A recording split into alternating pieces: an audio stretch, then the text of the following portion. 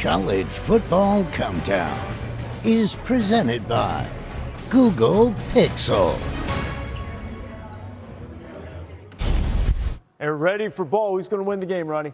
I'm going Kansas State. I think Avery Johnson's development is going to be on full display. And VJ Payne on defense is a difference maker. Right, I'm going Iowa State. I love Rocco Beck. I think the defensive line for Iowa State also should be stout and slow down Avery Johnson. EJ, they're going to love you with a little Hilton magic, Hilton Coliseum, where they're going to watch the Cyclones and the Wildcats. We go to Dublin now. And Dave Pack.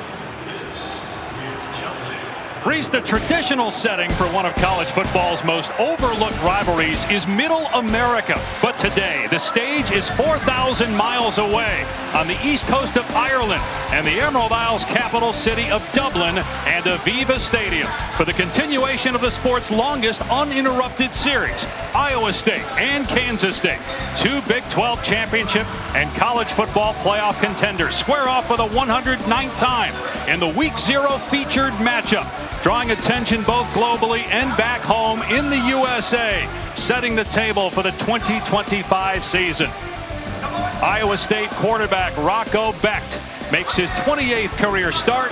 Kansas State's Avery Johnson, a potential Big 12 Player of the Year and Heisman Trophy candidate, in front of a full house here in Ireland. And we welcome you to the Aer Lingus College Football Classic. And for the first time ever, you're watching the Big 12 on ESPN from Dublin, Ireland. The first game between ranked teams in Ireland. Number 22, Iowa State, coming off arguably its greatest season yet against number 17, Kansas State. Many people's favorite to win the conference and play in the college football playoff. Dave Pasch, Dusty Dvorak, and Taylor McGregor with you. Welcome back to college football. So glad to have you with us. High anticipation for this game. It has been off the charts here in Dublin. And Ireland, really, Dusty, has come to signify the start of the college football season. The scene, the setting here in Dublin, it's awesome, and it's very unique. So unique, I was at a pub today, one of 6,000 here in Dublin, and the Cyclones fans, the Wildcats fans, they were living it up. There was a palpability in the air here. The Guinness was flowing. Mine was non-alcoholic, but everybody was having a good time, ready for today's matchup. All right, this game, it has a little bit of a bowl game type feel, an exhibition between two star performers putting on a show for the locals. But obviously, it's a regular season game and a very important one when you consider the context of all the great games we have on ESPN and ABC over the next 10 days.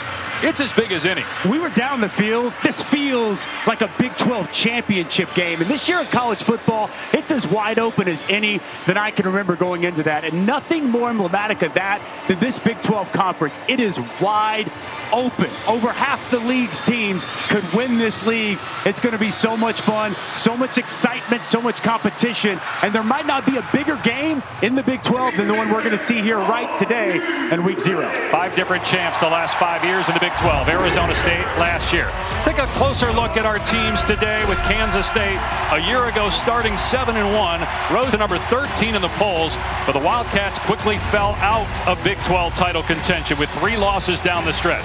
But heading into 2025, K-State is the favorite to win the league according to ESPN analytics. Look, they've got an excellent team, and Avery Johnson coming back this season. I think he takes a big step in year number 2. He's got weapons in the backfield and wide receiver, a veteran front 7. High hopes in Manhattan for this Wildcat team.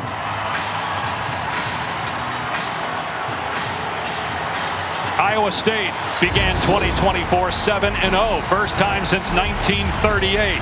And close out the regular season beating Kansas State for the 2nd straight year and 4th time in the last 5 seasons. But the Cyclones' playoff dream died in the Big 12 championship game against the aforementioned Arizona State Sun Devils. Still, Iowa State won its bowl game in a program record 11th contest. A lot coming back on this Iowa State team, and Matt Campbell told us he learned a lesson from the 2020 season into 2021. He said he took his foot off the gas after they made it to Arlington in 2020. That affected the 2021 season. He wasn't going to make that mistake again. It's been the most physical camp since he's been in Ames, Iowa. Now it's 10th season, and this is a team that they really feel what they have on both sides of the ball can get back to Arlington and claim the crown of the Big 12.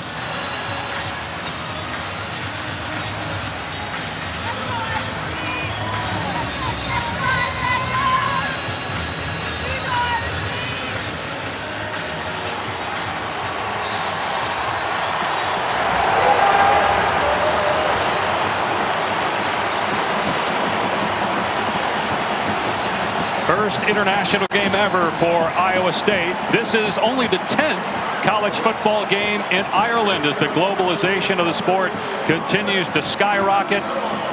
And the game a year ago might have been the best here in Dublin, with Georgia Tech knocking off then a top 10 team in Florida State. We're going to hear from Taylor McGregor a little bit later for more on the game, but first to get more on the local feel for how folks in Dublin are consuming college football. Taylor, hit the streets.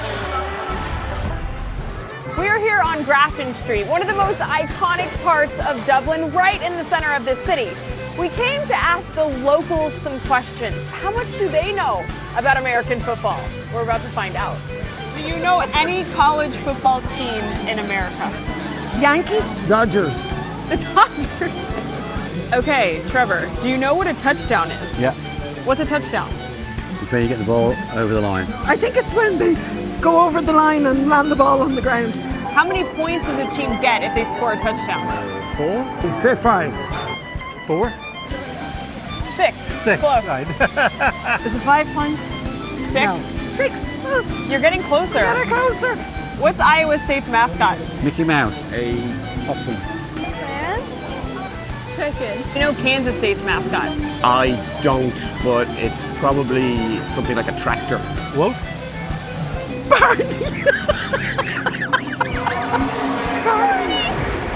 Well, as you can tell, we are working hard to make sure the Irish better understand college football.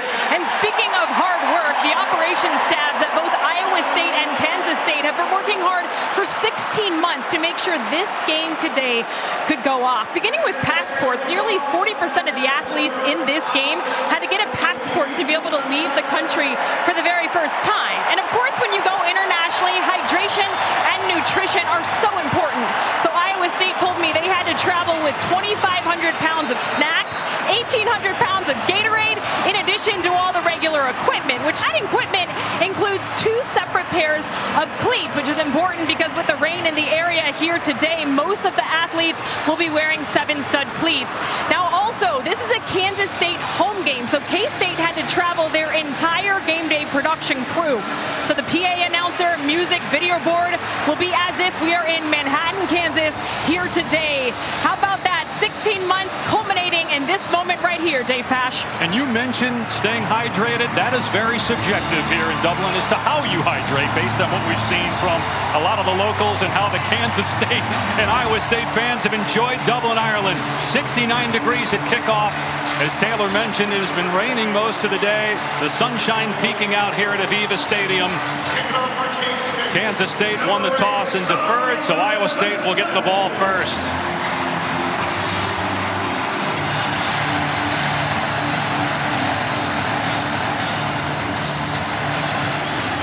The 2025 college football season is underway from Dublin, Ireland. And after the touchback, Iowa State will start on its 25-yard line. Rocco Becht in his 3rd year as the Cyclones starting quarterback, son of former NFL tight end Anthony Becht, our former colleague here at ESPN. Rocco 2 years ago was the Big 12 Freshman of the Year. He was honorable mention All Big 12 last year. He's got 18 wins as the starting quarterback at Iowa State, 3rd most in school history.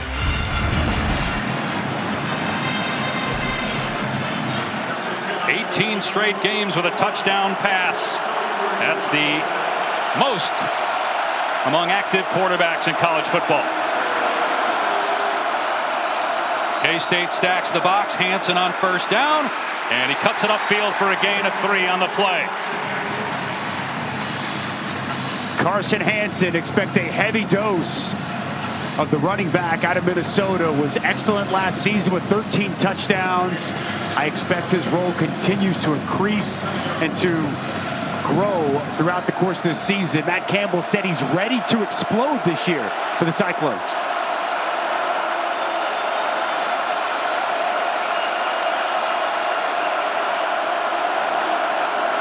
Another run play on 2nd and 7. Hansen trying to get the edge. And he's tripped up at the 30-yard line. Donovan McIntosh got enough of him to get him to the ground. It'll bring up 3rd down and 3. McIntosh making his first regular season start. He was a backup all of last season. Started the Rate Bowl at the end of the year, making his first Big 12 start here today. Nice job shedding the block and getting Hansen out of bounds.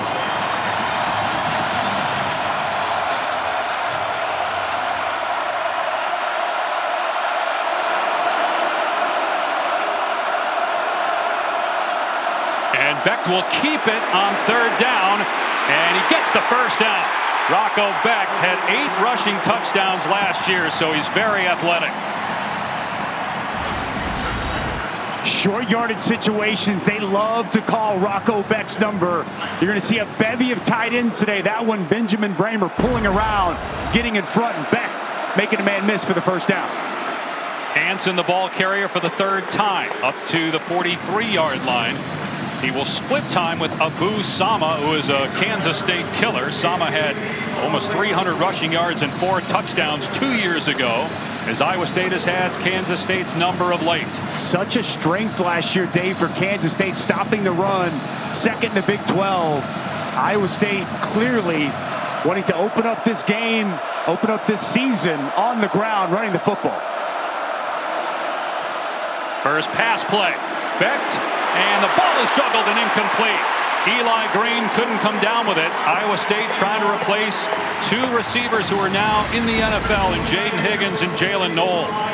Pass just a little bit high. Eli Green tries to climb the ladder and bring it in.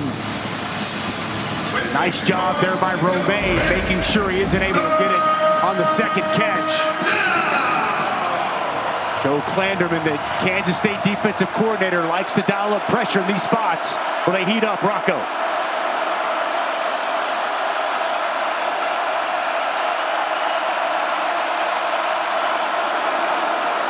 They rush 4.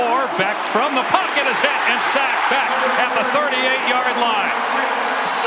Toby Osunsami in the backfield along with Jordan Allen for Kansas State. Was really good coverage, and you're going to see the walls cave in on Rocco Becht. Nice job working through the tight end, condensing that pocket, pressing it right at the point of the quarterback, and getting Rocco Becht to the ground. Tyler Perkins, 4th year as the starting punter. And Dylan Edwards, very dangerous with the ball in his hands, has to backpedal, and he muffed the kick, and it's recovered by Iowa State at the 8-yard line. Aiden Flora jumps on the loose ball, and Iowa State will have it, goal to go.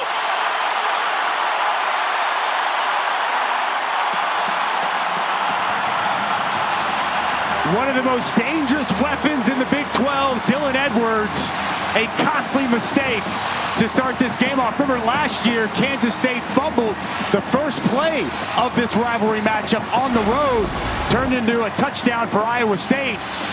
And Dylan Edwards, we've all been waiting to see him get his hands on the football. He just muffs it. Bell there with the hit, and a huge recovery for the Cyclones inside the 10. You know, Dusty, because of all the fireworks, there's still a lot of smoke in the stadium. You wonder if that impacted at all the vision on that muffed punt by Dylan Edwards. On 1st and goal from the 8, and no running room that time for Hansen. Sayamalo in there for Kansas State. Minimal gain on 1st down. Well, it's a veteran defensive line. They like this front 7 a lot for Kansas State. They bring back a bulk of the production from a season ago, and a nice job there, changing the line of scrimmage. Nowhere for Hansen to go with the football. And we mentioned Abu Sama. He's in the game for the first time here on 2nd and goal. Burkle in the red zone. Becht in trouble again, sacked again. Osunsami gets back there again. Loss on the play of 8. Well, Osunsami really good with the get off and the hands, the chop, the rip, working off the edge. Extremely well done. Working inside, came outside, tight corner, and another sack for this Kansas State defense. Would be huge, Dave, if they could get a stop here after that costly fumbled punt by Edwards. You mentioned bringing heat. They did not on the last 3rd down. They still got to Becht. Will they come after him here? They're lining up as if they're going to, and here they come, back facing pressure again. Lobs, and a flag down as the pass was incomplete. Gabe Burkle got turned around as he was being defended by VJ Payne in the end zone.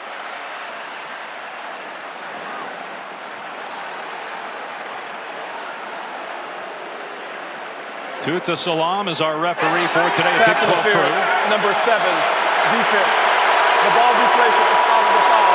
Automatic first down. Well, Gabe Burkle, the favorite red zone target for Rocco Becht. This is a bad mistake by senior and VJ Payne. It's going to be one-on-one coverage. He's going to try to run a corner route.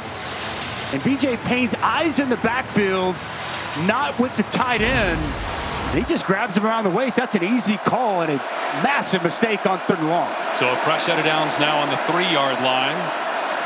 And it'll be Sama. Hit at the 1 by Payne, falls forward and down short of the goal line. 5 minutes into the season, Dave, and already Kansas State, a huge turnover, costly mistake on 3rd down with that pass interference. We were wondering, you know, this game, the magnitude of this game, and game number 1 out of the blocks, who would be clean? Not very clean here early for the Wildcats.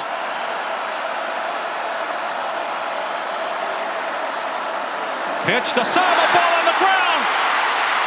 And Kansas State falls on it. It's Austin Romaine coming up with the football. 2 turnovers in 5 minutes here in Dublin.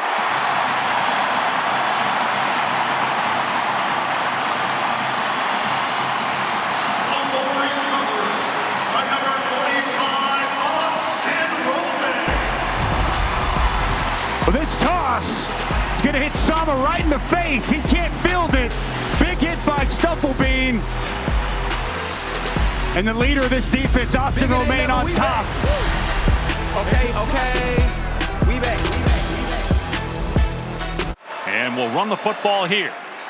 Joe Jackson, Dylan Edwards a little banged up, so Jackson getting the first down carry here, and it's a pickup of a couple. Replacing DJ Giddens at the top of the list for this Kansas State offense coming into this year. The expectation, Dylan Edwards going to be that home run hitter, share much more of the load. And as they're working on him, Joe Jackson gets first crack at it to kick off the season. Yeah, Giddens almost 1,400 yards last year. 5th round pick by the Colts. No running room that time off the left side. Coming flying in there is Jeremiah Cooper on the hit of Joe Jackson, bringing up 3rd down.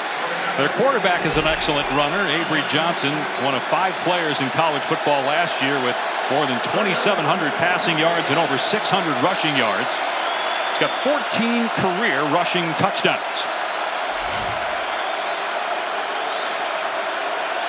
But an obvious passing situation on 3rd and 7, although with the early turnovers, maybe that will change how K-State handles this.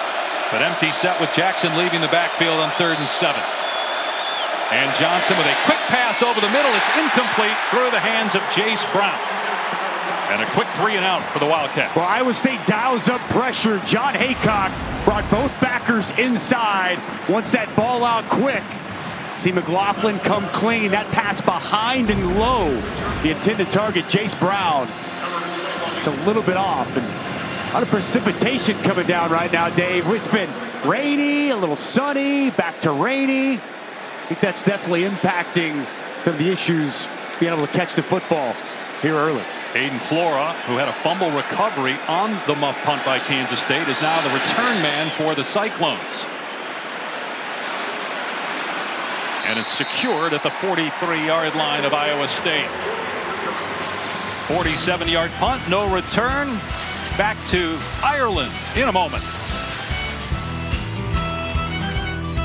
The Air Lingus College Football Classic is brought to you by Air Lingus and USAA, proudly serving the military community and their families. Been a great week here in Dublin for all the fans and support staff and obviously the players and coaches. But meanwhile on the field, we've got a developing story, and with more, let's check in with Taylor. Dave, Dylan Edwards has been spending time with the training staff working on his left ankle. They had to tape it up. He has his head down here on the sideline trying to roll out that left ankle, so we'll keep our eyes on it. And right now, Taylor, that's big because this may be a running game. We don't have a completion yet in almost 8 minutes. Carson Hansen had no room to run on first down. It'll bring up 2nd and long. And he should be the thought going into the season, one of the key focal points of this offense. And before they even had an offensive snap, his status, his health, very much in question.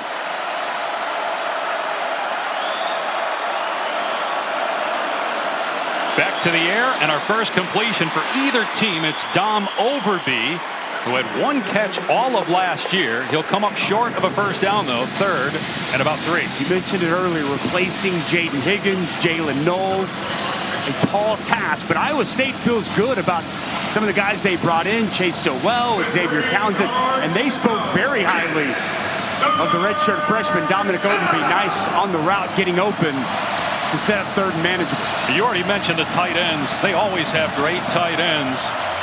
Bramer, Burkle, Cooper Alexander, whose dad Steven played in the NFL, all a threat in short yardage situations to catch the ball. Back surveying the defense, and the pass off target. He had a receiver, Brett Elskilson, and Iowa State going to punt the ball here and try to pin Kansas State deep again. I like this call. I know some people would say you're past the 50, go for it. Matt Campbell going to play the conservative game. Precipitation in the air, liked what he saw from his defense in that opening possession. Try to punt it and pin the Wildcats back deep. So Jayce Gilbert will punt this time, and a different returner with the injury to Edwards. It's Sterling Lockett, Tyler Lockett's younger brother. Gilbert had a little trouble with the snap, and a shorter kick than the last one. Fair caught at the 15-yard line.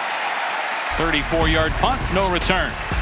Well, Avery Johnson is his first year as a starter last year, sophomore season. There was some really good school record 25 touchdowns through the air, and he is a dynamic athlete as a runner, one of the best mobile quarterbacks in all of college football. But he came with some mistakes. He's got to clean those up. 10 picks in total, and 3 of the losses, multiple interceptions. Decision making really needs to start to round into shape. Matt Wells, new offensive coordinator, feels like Avery is in a much better place here in year 2 as the start.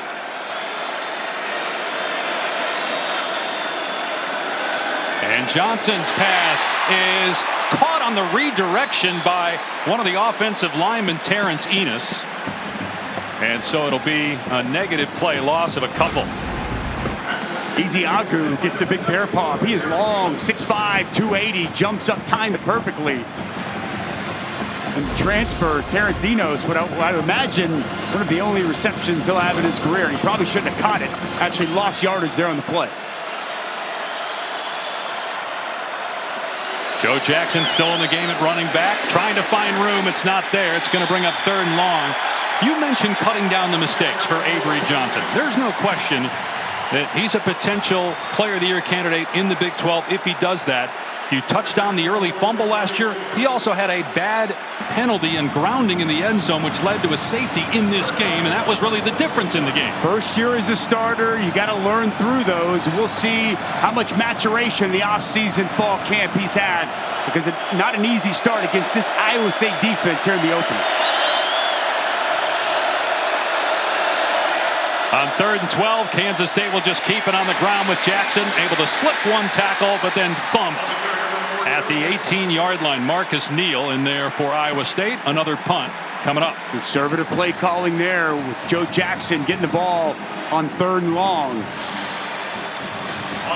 Matt Wells not putting the ball in the hand of his quarterback, Avery Johnson. A little surprised there. We don't see them try to run with him, maybe get a little quarterback run game, get him outside the pocket with a run-pass option. And Taylor telling us a second ago, Dylan Edwards has now gone to the locker room for Kansas State.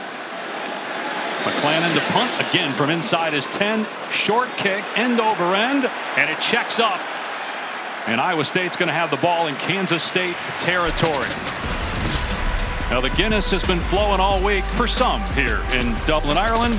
Present company excluded, of course.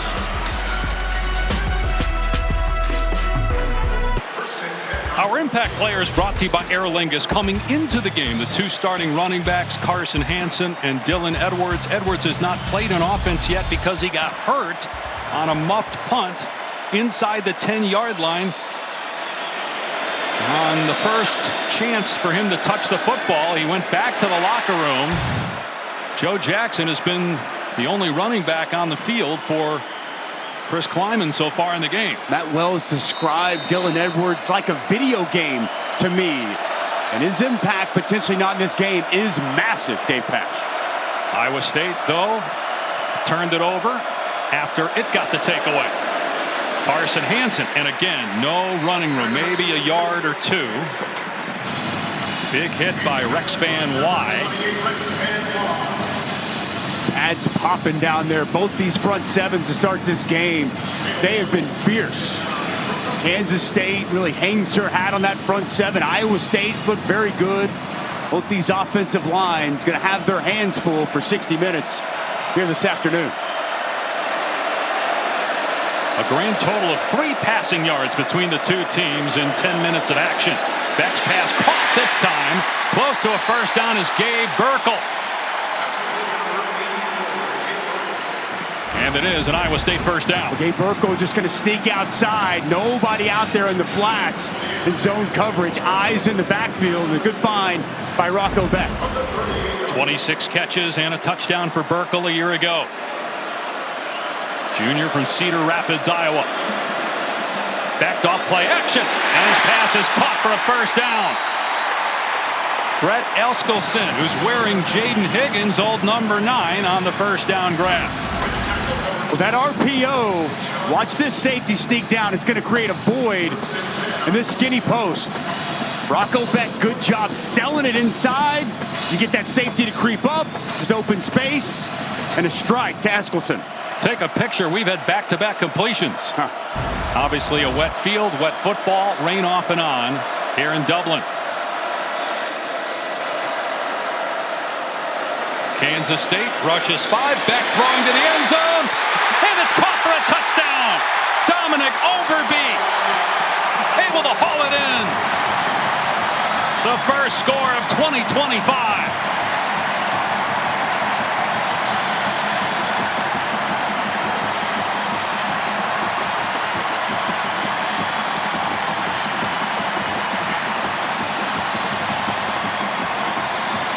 Nineteenth consecutive game with a touchdown pass for Rocco Beck, a school record in the FBS active leader.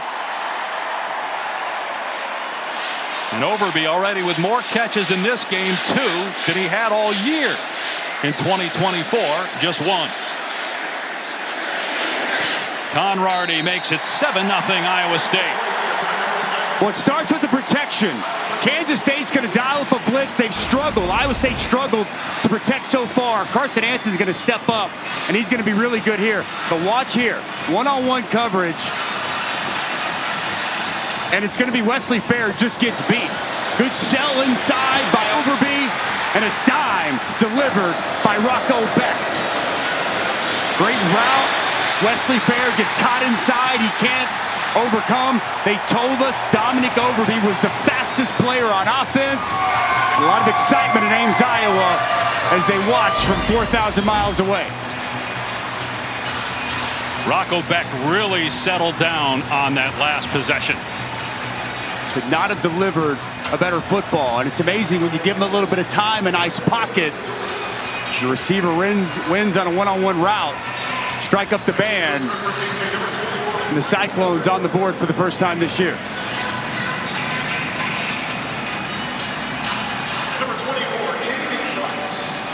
Jayce T. Gilbert will kick it away. They actually have 2 Jayce Gilberts. Jayce J. Gilbert is a defensive end. The two are not related. And this is going to sail out of bounds, so very good starting field position for Kansas State. Time now for the first ever Dublin edition of Dusty's Defensive Dudes. We got to do it. Let's start with the big boys in the middle. A defensive tackle for Iowa State. Dominic Orange, he is big, he is athletic, creates negative plays, tough to move, one of the best nose guards in all of college football. And Austin Romaine might be the best linebacker in the Big 12 coming into this season. A coach on the field, his instincts, knowledge of the game, always in the right place, the right time. Both these defenses got a lot of good players, but these two extremely impactful, helping lead their front seven. And you mentioned Dominic Orange. What a great nickname. The Big Citrus. Yeah. In the middle of that Iowa State defensive line. And they're going to go Wildcat here with Jayce Brown taking the direct snap, faking the pitch to the quarterback, Avery Johnson, and taking off past the 40. And Brown thrown out of bounds at the 30-yard line by Marcus Neal. A gain of 35. Well, it's excellent blocking out in front. Garrett Oakley is going to get out and secure a block. Joe Jackson as well. Motion's going to come across. They shift to this on the fly. Just a really nice job running the sweep to the edge. Good perimeter blocking. And a big pickup there. Exactly what the Wildcats needed. But movement by Kansas State. False start. Number 86. Offense. 5-yard penalty. First down. Garrett Oakley, one of the tight ends for Kansas State. You see those types of penalties early, right? You get a big play, you're trying to get up there, get your offense going. You've got Iowa State off balance a bit, and you commit a mental mistake.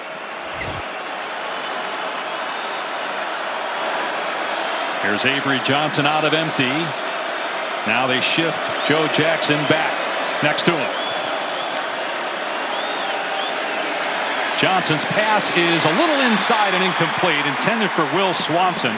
Marcus Neal, who the Iowa State coaches feel is a potential superstar, was there defensively.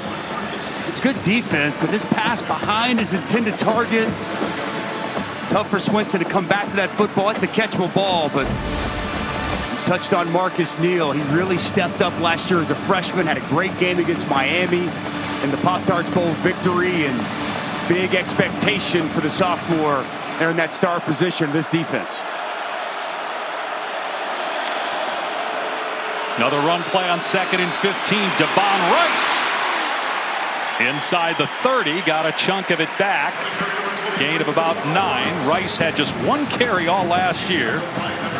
Took a red shirt. He's a freshman from Las Vegas. Second time we've seen Kansas State get on the perimeter. Good job by the center, Sam Hecht, pulling out in front. Important 3rd down. We have not called the name of Jerron Tibbs, the Purdue transfer. They raved about what he's brought to the table. Could we see him now in a crucial 3rd down to keep the drive alive? Got single coverage up top against him. Kansas State going to run Jackson up the gut. And he gets knocked down 2 yards short of the line to gain by Jamison Patton and Marcus Neal. 4th down. I think that play call from Matt Wells tells you that Chris Kleiman told him you got 2 to work with. And that 4-down territory here for Kansas State as they keep the offense on the field. No doubt. The inside zone. Matt Wells knew this is 4-down territory. See if they keep it on the ground again here on 4th down and a yard.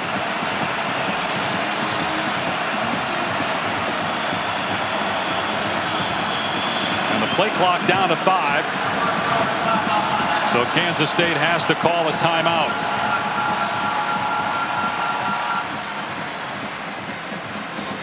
Well, this is the start of an incredible first weekend of games on the ESPN networks. You've got Boise State, USF. Boise made the playoff last year. Nebraska, Cincinnati. A healthy Deion Sanders. Good to know Coach Prime is healthy going into this season after battling cancer in the offseason. Colorado, Georgia Tech next Friday. An ABC tripleheader. Clemson, LSU, Alabama, Florida State. And Cade Klubnik, Minnie Field, a Heisman Trophy favorite going into 2025. This feels like much more than an appetizer, but boy, next week it is definitely the main course. As good of a week 1 as I can remember. Cade Klubnik is my favorite to win the Heisman Trophy heading into this season. I think that Clemson team is absolutely loaded, but so is LSU. It's going to be a heck of a game there in Death Valley. 4th down and 1 for Kansas State.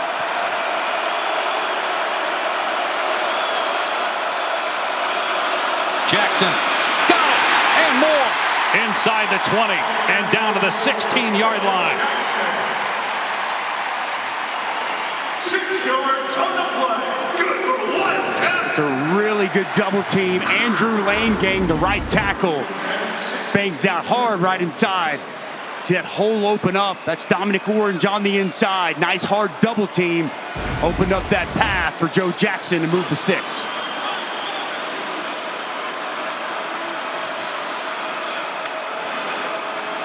And the ball on the ground again. Johnson picks it up and throws it away. He was outside the tackle box. He did get it through the neutral zone, so no grounding, even though there was not a receiver in the area. Pressure from Caleb Bacon.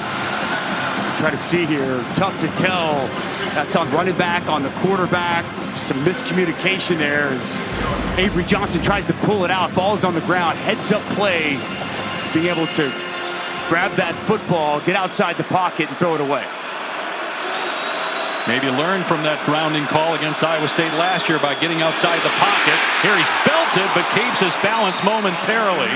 Jontez Williams with the hit, but a good run by Avery Johnson of 6 yards. Boy, Jontez Williams, corner blitz off the edge. If he doesn't come with that type of impact, that might have been 6. A big gaping hole on the quarterback counter. But Williams able to get enough. Get Avery Johnson to the ground. They will not run another play here in the first quarter. A lot of fireworks literally before we kicked off, and some of the smoke may have impacted the sight line for Dylan Edwards, who was hurt. One of Kansas State's most important players on the muff punt that led to a turnover. 7-0 Iowa State after one. Now here is a look at Sony's new movie Caught Stealing in theaters on August 29th. Coach, what will be important to get this stop? Well, we're going to have to do a great job finding the sticks here. You know, they do a really good job trying to present the ball at the sticks on third down. We're going to have to defend the sticks right now. How has the weather impacted this game? Well, you know, early that play down there, I thought we had a really good play. We just didn't handle the ball security very well. So I thought our kids did a great job fighting back, though. Dave? Well, Matt Campbell-Taylor, one of the best coaches in the country, #1 all-time at Iowa State in wins, 3-time Big 12 Coach of the Year, 10th season, but no Big 12 championships yet for the Cyclones. They're off to a good start, leading 7-0, and now the defense faced with trying to stop Avery Johnson, whose only completion was on a tipped ball to an offensive lineman. And Johnson will keep it himself, and Johnson heads for the end zone. Touchdown, K-State.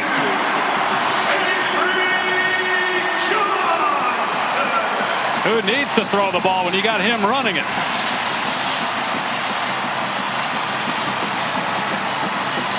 Love the play call by Matt Wells there. Haven't seen any confident throws from Avery Johnson. Allow him to utilize what comes to him most naturally, that running ability. Great call and well executed to get the Wildcats on the board. First ever attempt at Kansas State for Luis Rodriguez, who is kicking for the College of the Canyons, junior college in California. For the extra point, no problem, and that ties the game 5 seconds into the second quarter. What's tight ends, boy, it's a tight end game. Watch Garrett Oakley get upfield and get a key block. Inside, you see that defensive end cheat inside. Garrett Oakley secures that block, opens up that edge.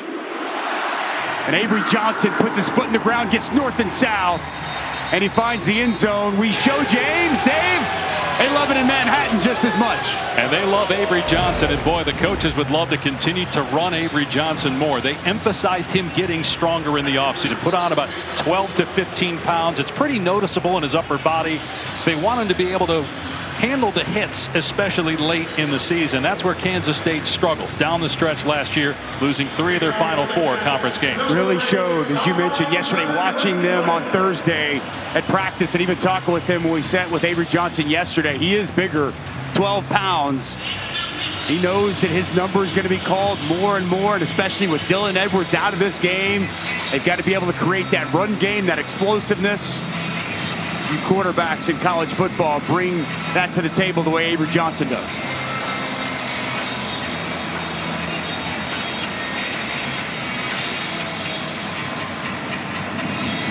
McClellan kicking it deep for Kansas State.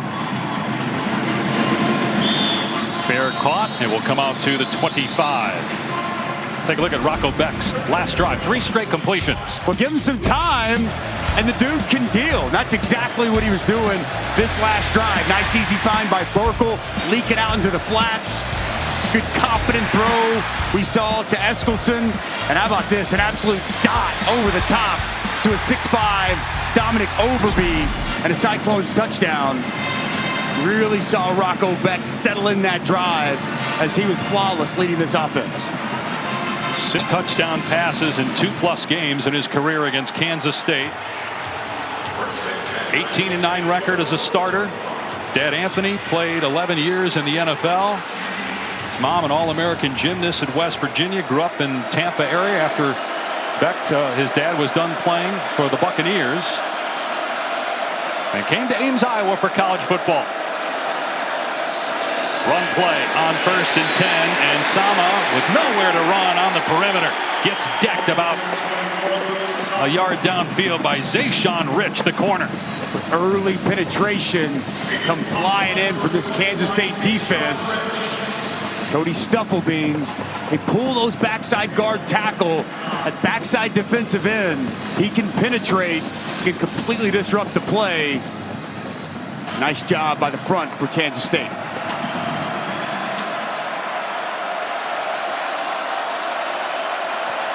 With a lot of motions, a lot of shifts. They love these tight ends, as you've touched on. 3 tight ends in the game here on 2nd down. Make it 4. Back to the air. And trying to dump it off to Burkle. Overshot him. There was a little pressure late by Kansas State that time. Now the Beck family is here. There's Anthony, who worked at ESPN for a while and is a head coach in the UFL and also does New York Jets games as the radio analyst. Great guy Anthony is. Outstanding player at West Virginia, then on the NFL. Awesome for us at ESPN and doing a really nice job in the XFL. He's made the trip to watch his son lead this football team.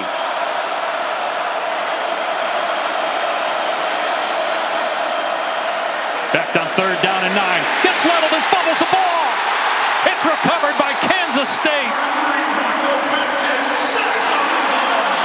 Knocked out by Quay Moss, recovered by Chidi Obi-Izor. But Joe Clanderman's going to dial it up. He's bringing pressure. He's got Quay Moss walked up to the line of scrimmage, and he really does an excellent job with this blitz. Watch Quay Moss right here. He's going to start up. He's going to work inside, and he's going to come scot-free and clean and get to the quarterback. Very well done as he works back inside late. Rocco Beck never identifies him. Ball's out. Kansas State on top. Really good job by Moss. Not just getting to the quarterback, Dave, but getting that hand on the football. Rocco had the ball low. Quay Moss knocks it out. And Kansas State forces their first turnover of the season. And they'll take over at a 16-yard line of Iowa State.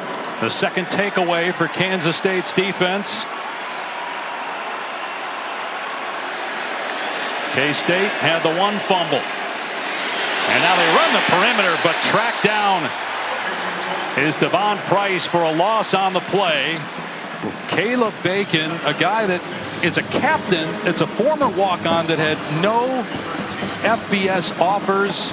Went as a walk-on 2 years ago to Ames. Love to see that. He was hurt the first series of last season, and it was a devastating loss for this Iowa State defense. Just began a litany of injuries at linebacker. He's back. He's healthy.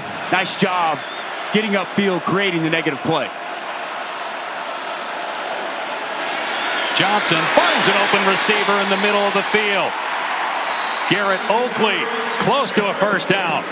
About a half-yard shy at the 7-yard line. Well, zone coverage there by Iowa State. Oakley finds that soft spot in the defense, and a quick find from Avery Johnson. Seen them run the football in these spots. Gone with the quarterback on the last possession. Joe Jackson in there. Got to keep that defense honest. The ability of Avery Johnson. Multiple tight ends in here for Kansas State on 3rd and short. Joe Jackson gets the carry, lunges forward, and got to be close. The initial mark looks as if he's short. Carson Willick, another linebacker for Iowa State that missed last season due to injury, made the stop. It is 4th down and a yard. Chris Kleiman, he wants to cash in off this turnover. He's going for it. They've been aggressive here so far in this game, and that's not changing at this point, as he elects to go, and I like the call.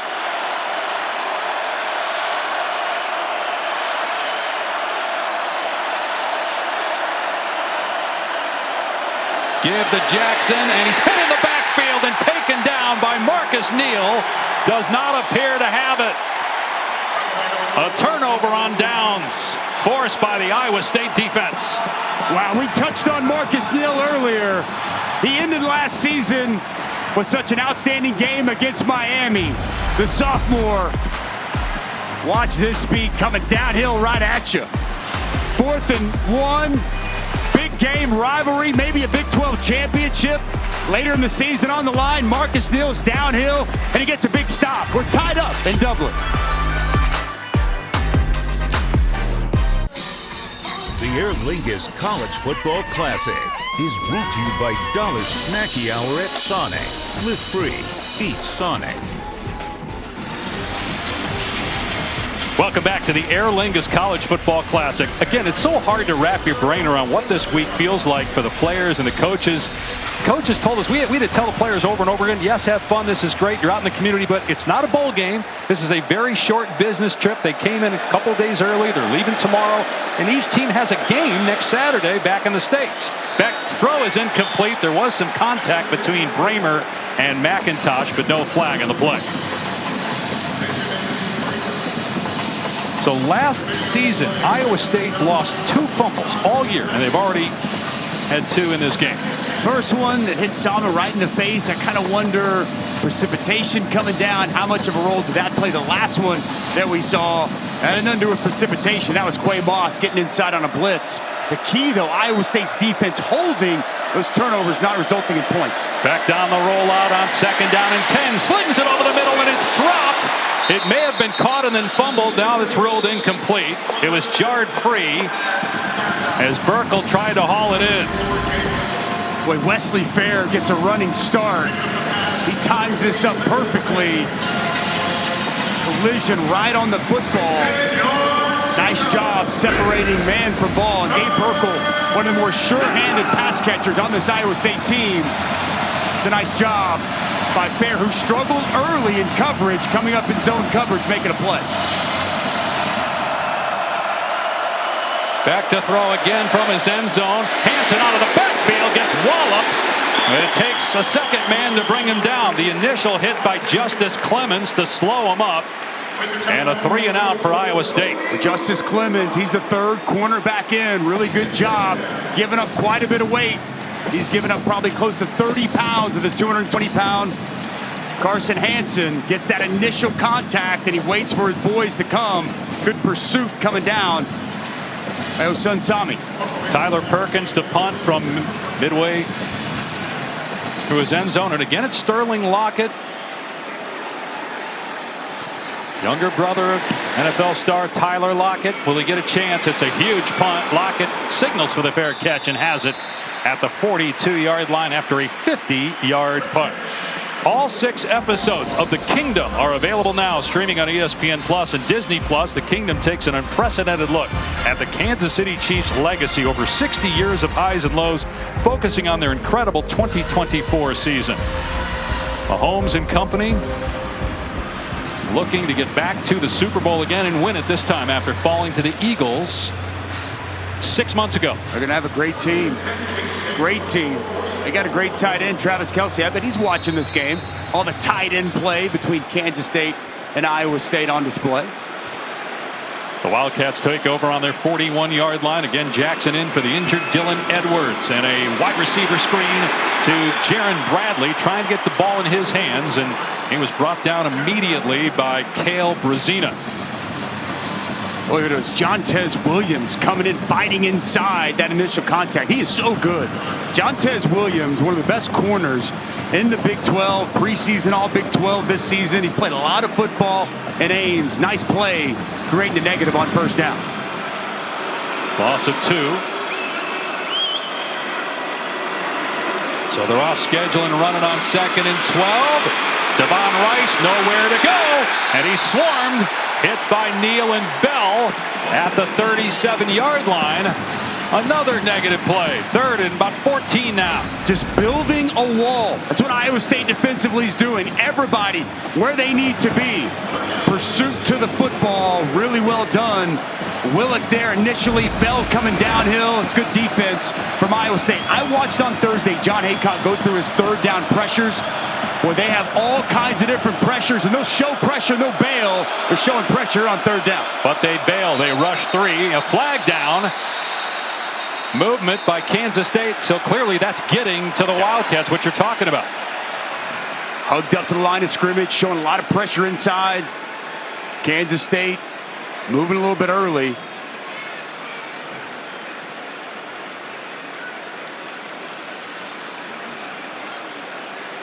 A lengthy conversation. One of the officials looks like he's pointing at Iowa State as if maybe they were doing something that's illegal to try and draw them offside. Yep, defense, that's it. Number 9, the linebacker made symbols that simulated the beginning of the snap. That is a point of emphasis. 3rd down. Cale Brazina cost them 5 yards. Matt Campbell is not happy. This is, as you mentioned, a new point of emphasis. He's mad at the officials, not at his defense. No. He's mad at the call because he's saying that he was telling his guys that his linebacker was making a call not toward the offense. So Avery Johnson on 3rd and 8. A receiver is wide open for a 1st down. It's the tight end, Garrett Oakley. All the way down to the 38-yard line. Gain of 20. Boy, Iowa State just playing soft. They're going to play soft, and you're going to see him just find a little open space right here. As Iowa State continues to bail outside, Oakley finds that grass, finds that space, and a big conversion on 3rd down. Oakley, 2nd team all Big 12 tight end in 2024. 2 catches so far in this game.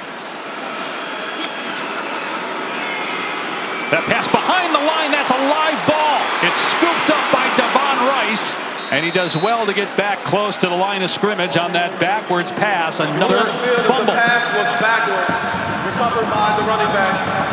2nd down. That's smart. 2nd and 12. Smart by Rice, Dave. Very smart. This is just as you heard. This was a backwards pass at the live football. Recognizes that. Doesn't just get on the ball, but gets up the field and almost back to the line of scrimmage. Is that designed to be a backwards pass or a poor decision by Avery Johnson the way he threw the ball? Or is it the running back who's back further than what he should be? Remember, Dylan Edwards typically would be catching that pass. Joe Jackson with room downhill, and he fumbles the ball, and it's recovered by Iowa State. Right into the arms of Tayshaun James. Another lost fumble here in Ireland.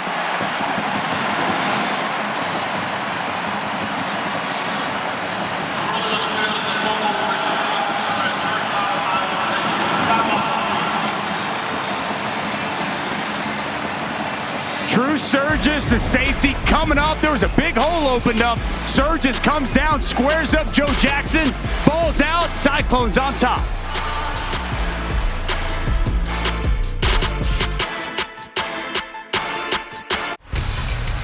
Each team with 2 lost fumbles here in the first half. It started with Dylan Edwards, who got hurt on this play, muffing a punt. Then it's Abu Sama on the goal line. The toss, misplayed, mishandled. Kansas State on top. Quay Moss times this blitz up perfectly. Sama out there in protection, can't get back inside. He gets home, ball's free, and then we saw the big hit.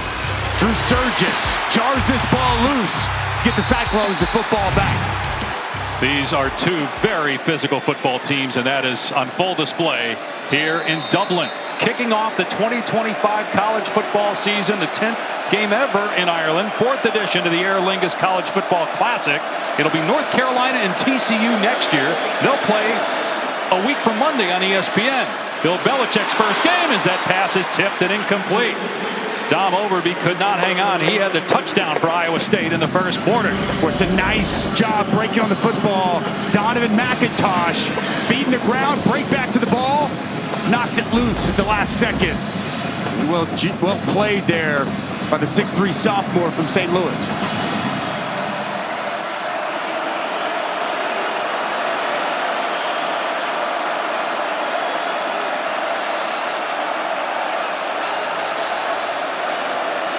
Here's Sama running left, and he's got the edge, and he picks up a first down before he's thrown out of bounds by Austin Romaine. And Romaine over there amongst a bunch of Cyclones. No flags yet, just a lot of talking and an occasional push and shove. And now a little bit more pushing. Officials may need to get control of this. But we don't see any flags on the field.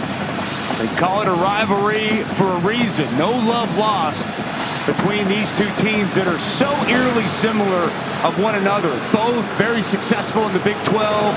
They both play a physical brand of football, developmental football. Hey, a lot of the players for Kansas State told us when we spoke to them yesterday, they hate Iowa State more than they hate Kansas. 109th meeting going back to 1917. In trouble, Beck gets away from a defender, and Beck takes off, diving past the 40. A gain of 8 on the play. Daniel Cobbs had the pressure. Nice job by Beck. So good by Beck. He feels that pressure off his right. He sees it. He slides to his left. Hole opens up.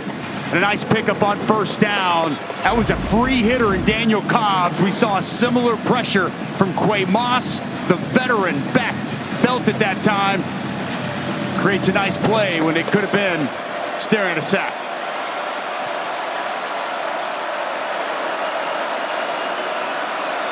Second and short, play action. Beck setting up, lobbing it, and it's dropped by Cooper Alexander.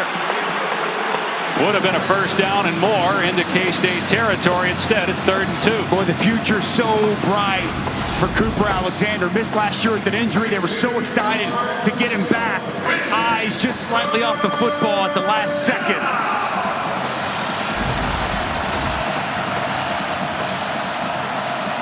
Iowa State 1 for 5 on 3rd down. Keep it on the ground with Sama, and Powers to the line, but maybe a half-yard short. Again, Austin Romaine in there for Kansas State, along with Obiizor and Sayamalo. We saw him earlier on 4th and short, punt the football from the other side of the field. Now, they love in these really short situations, quarterback sneak, and to keep the ball with their quarterback, Rocco Beck. The offense stays on the field. I'd expect it stays in his hands. They got a full house backfield with 3 men lined up right directly behind Beck.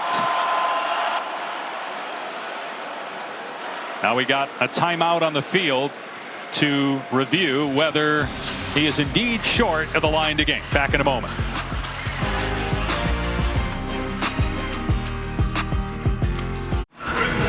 It remains 4th down. Ruling on the field is upheld. That is new language this year in college football. No more stands were confirmed. It's just upheld, and you could tell they're unable to see the ball, so they're not going to overturn that. 4th down and a yard. And Rocco Beck out of empty now. He's 1 for his last 6 passing. And Beck will keep it. And he's able to fall forward and get the first down. Tackled on the play by Sayamalo and Gabe Powers.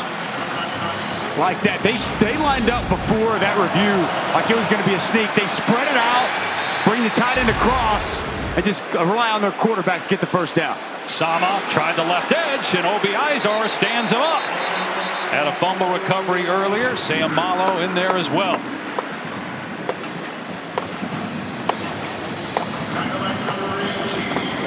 Iowa State coming off an 11-win season. A program record, made it to the Big 12 championship game, lost to Arizona State. We've had 5 different champs the last 5 years in the Big 12. December 6th in Arlington is the Big 12 championship. And here we are in August, a game that has major implications, not on just the conference title, but the college football playoff. The highest 5 ranked conference champions get bids to the 12-team field. Year 2 of that as the pass is caught. A first down. It's Benjamin Bramer, hurt for most of last year, getting to the 32. Well, this is a size mismatch. 5'10" Quay Moss working on 6'7". Benjamin Bramer does a good job getting inside leverage, and that ball timed perfect for Beck. Sama running to the right this time, and he gets pushed back at the line of scrimmage. Obiizor in there first, and eventually trampled by several other Wildcats. Inside 5 minutes to go now in the first half.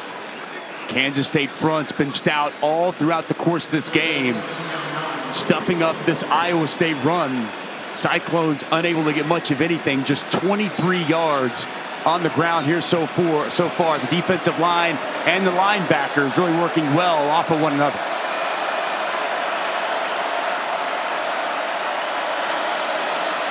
Pressure coming. Becht has to leave the pocket and throws incomplete.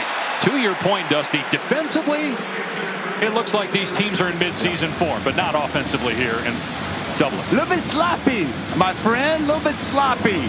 We've seen so far balls on the ground with the litany of fumbles, some drop passes. The offenses have yet to catch up to the defense here early on. Only 101 yards for Iowa State, 117 for Kansas State. Now 3rd and 9. And with the wet ball, the wet field, you wonder if this is too long for a field goal. It would be about 50 from here.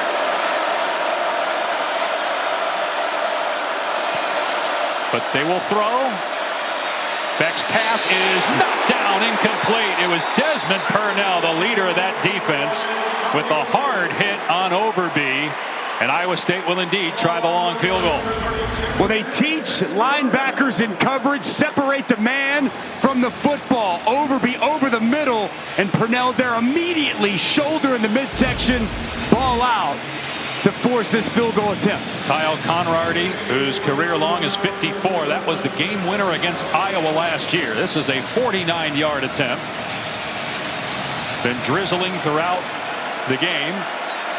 The field chewed up. And this one is way right from the get-go and no good.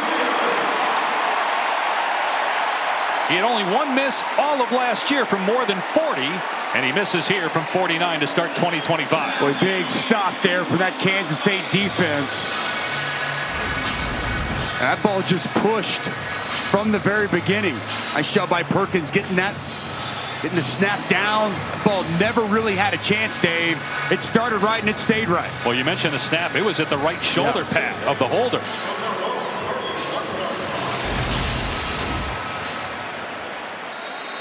So Kansas State will take over. 4:13 to go. 2 timeouts left.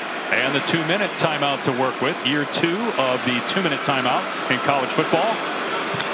From the 31-yard line. Up the middle, Jackson picks up about 4 yards. Here's Taylor.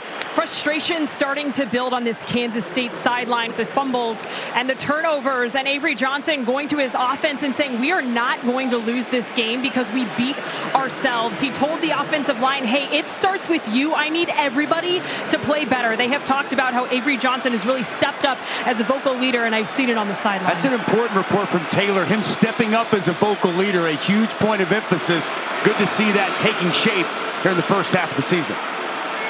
Play action for Avery Johnson. Hoisting it toward the sideline and off the fingertips of Jerron Tibbs. Really the first time we've mentioned him, and it's late in the second quarter. They were really bullish on the transfer from Purdue. A long throw there, and the ball just continues to sail outside. Unable for Tibbs to reach out. He tried. He's got those big mid-strong hands, but unable to bring that pass in.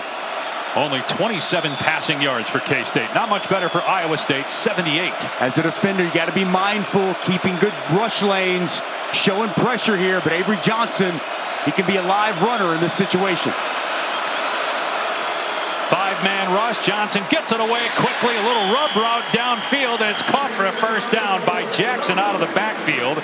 Jaron Bradley did a pretty good job, the wide receiver out there. Well, you're exactly right. Bradley, his route sets that screen and allows on the out route Jackson to come open. Great timing there as well from Avery Johnson, delivering a perfect pass. Still no Dylan Edwards. Out with an injury, so it's Joe Jackson and Devon Rice in the backfield on first down. Rice downhill, dragging tacklers to the 46-yard line. 4 yards there for Rice.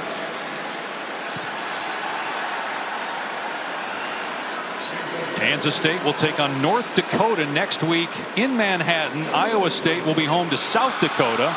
As you look at Edwards, been out since getting injured on the muff punt a couple of minutes into the game.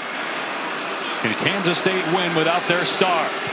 They fake the jet sweep. Johnson keeping it into Iowa State territory. A flag down late as Johnson is finally spilled by Patton. Little quarterback counter action. Dominique Orange trying to act as if he got shoved by a Kansas State player, but there are way too many officials around to get away with it. You're not buying the acting job by Big Citrus? Holding, number 69, offense. 10-yard penalty, second down. Taylor Portier, the 7th-year guard for Kansas State, commits the penalty. Again, it's a slip field. Dusty, you played the position that Orange does. I did.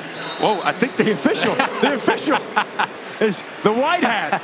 The white hat's the one that actually pushed him. Like Tutu Salam doesn't know his own strength. Able to shove a 330-pounder to the ground with ease. Been hitting the gym. I think with that Iowa State strength coach. We saw him on Thursday. He's jacked. They have a point of emphasis and a new rule now for faking injuries. That wasn't part of it. No. That's when you fake an injury, really, a guy just goes down to the ground.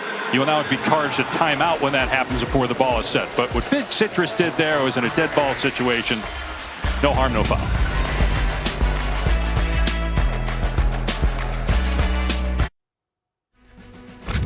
Alongside Ronnie Jones and EJ Manuel, Kevin Connors here in studio. Coming up on the Lexus Halftime Report, we're going to introduce you to new quarterbacks from T-Town to South Bend, tell you which is best positioned to succeed here in the new season. Plus, Speed Rush, our burning questions here in week 0, and the guys' thoughts coming up on what's been, I think, Dave, a sloppy first half at the half.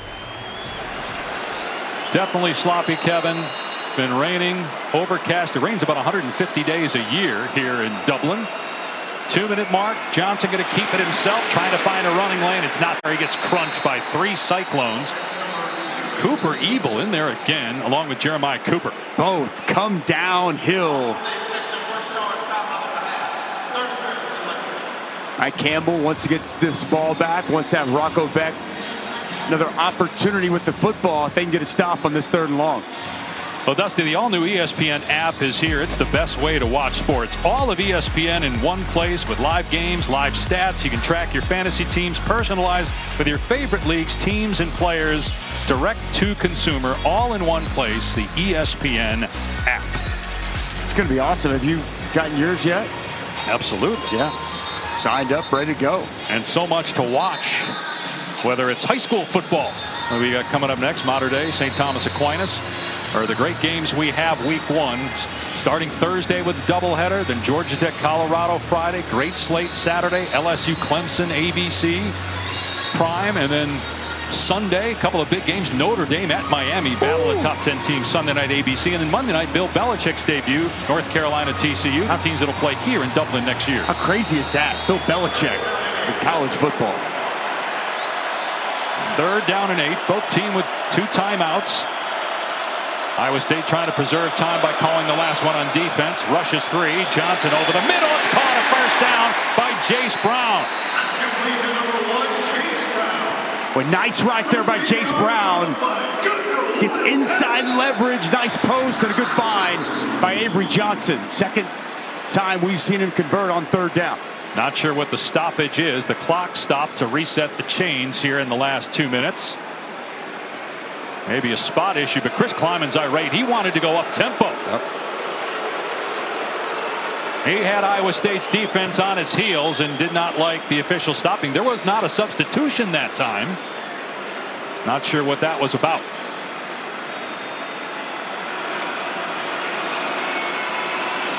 Sideline pass, and sliding down is Tibbs. Just lost his footing, as we've seen a lot.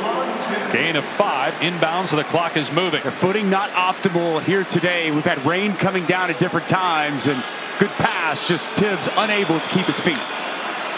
Johnson will throw again. Another sideline pass to Tibbs. He gets the first down before he steps out to stop the clock at 1:16. With a lot of cushion right now, and Avery Johnson, slow start throwing the football. He's really coming into his own. He's fine now, Tibbs. They're on back-to-back plays. Keep in mind, as Kansas State drives here, they have a new kicker. 3-year starter Chris Tennant is gone. Luis Rodriguez, 1 year of junior college. He is the new place kicker. for the Wildcats. Empty set here for Avery Johnson. Blitz coming up the middle. Johnson in trouble, and that pass incomplete.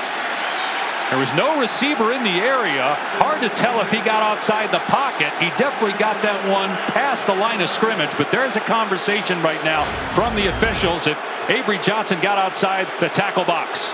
And there's a flag. Grounding. I was going to say, he drifted back. He didn't drift outside.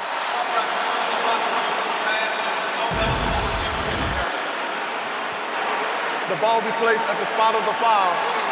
It's second down. Let's bring in Matt Austin, our rules expert. Avery Johnson disagrees with the call. What did you think, Matt? Well, I agree with you, Dave. The quarterback dropped pretty much straight back. He rolled a little bit to his right, but he did not get outside the tackle box. There's no receiver in the area. I think that's a good flag. And thank you, Matt. That's again a mistake that Avery Johnson made too often last year. He told us yesterday, I got to cut down on the mental errors. Well, the problem was they had a backer coming off the edge clean. If he drifted too far to the right, he was going to get hit in the head. So I got to get the clock right here.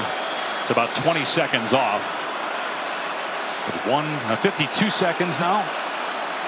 And because of the penalty and the loss of down, you're at 2nd and 22 and out of field goal range.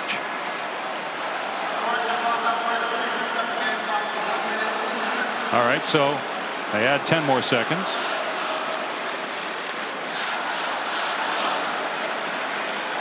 The fans here want the clock to run to get to halftime because it's time for another pint. That's right. It's pint time here in Dublin. Can you just get half this back here on 2nd down?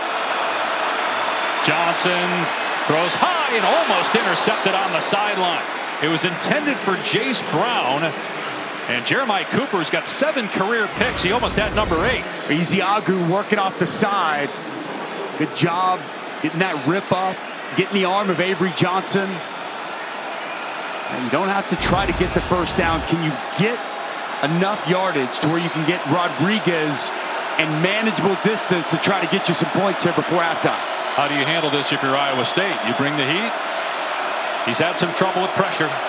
Get the ball out of his hands. I think they're going to sit back and play coverage here, Dave. Yeah, they drop everybody back, and there's what you're talking about. Just a quick hitter to try to get yards, and a great tackle in the open field by Caleb Bacon. Iowa State will call a timeout. They'll have 1 left, or no, will they not call a timeout? The clock's running.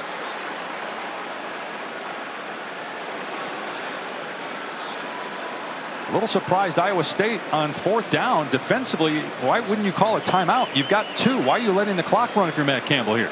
We saw Matt Campbell aggressive earlier with his timeouts. Guess he feels like Kansas State can have a good chance to pin them back inside their own 10. He's not going to be aggressive to close out the half. But what happens because of the wet weather? You have a bad snap. The punter maybe drops the ball. I understand you're concerned about fumbling it yourself. A little surprised that they did not use a timeout there. All right, coming up at 3:30 Eastern over on ABC, the Little League United States Championship. Fairfield, Connecticut, Summerlin, South Nevada. The winner of that game will play for the Little League World Series title Sunday, 3 o'clock Eastern on ABC. So 9 seconds to go. Simon McClannon will punt. But imagine Matt Campbell is told the return man, Aiden Flora, don't touch the ball. Stay away. Just get away from it. Stay away. But again, you could have a bad snap. You could have an issue with the punt if you're Kansas State, and then you got a loose ball and there's no time on the clock for Iowa State to do anything with it if they recover.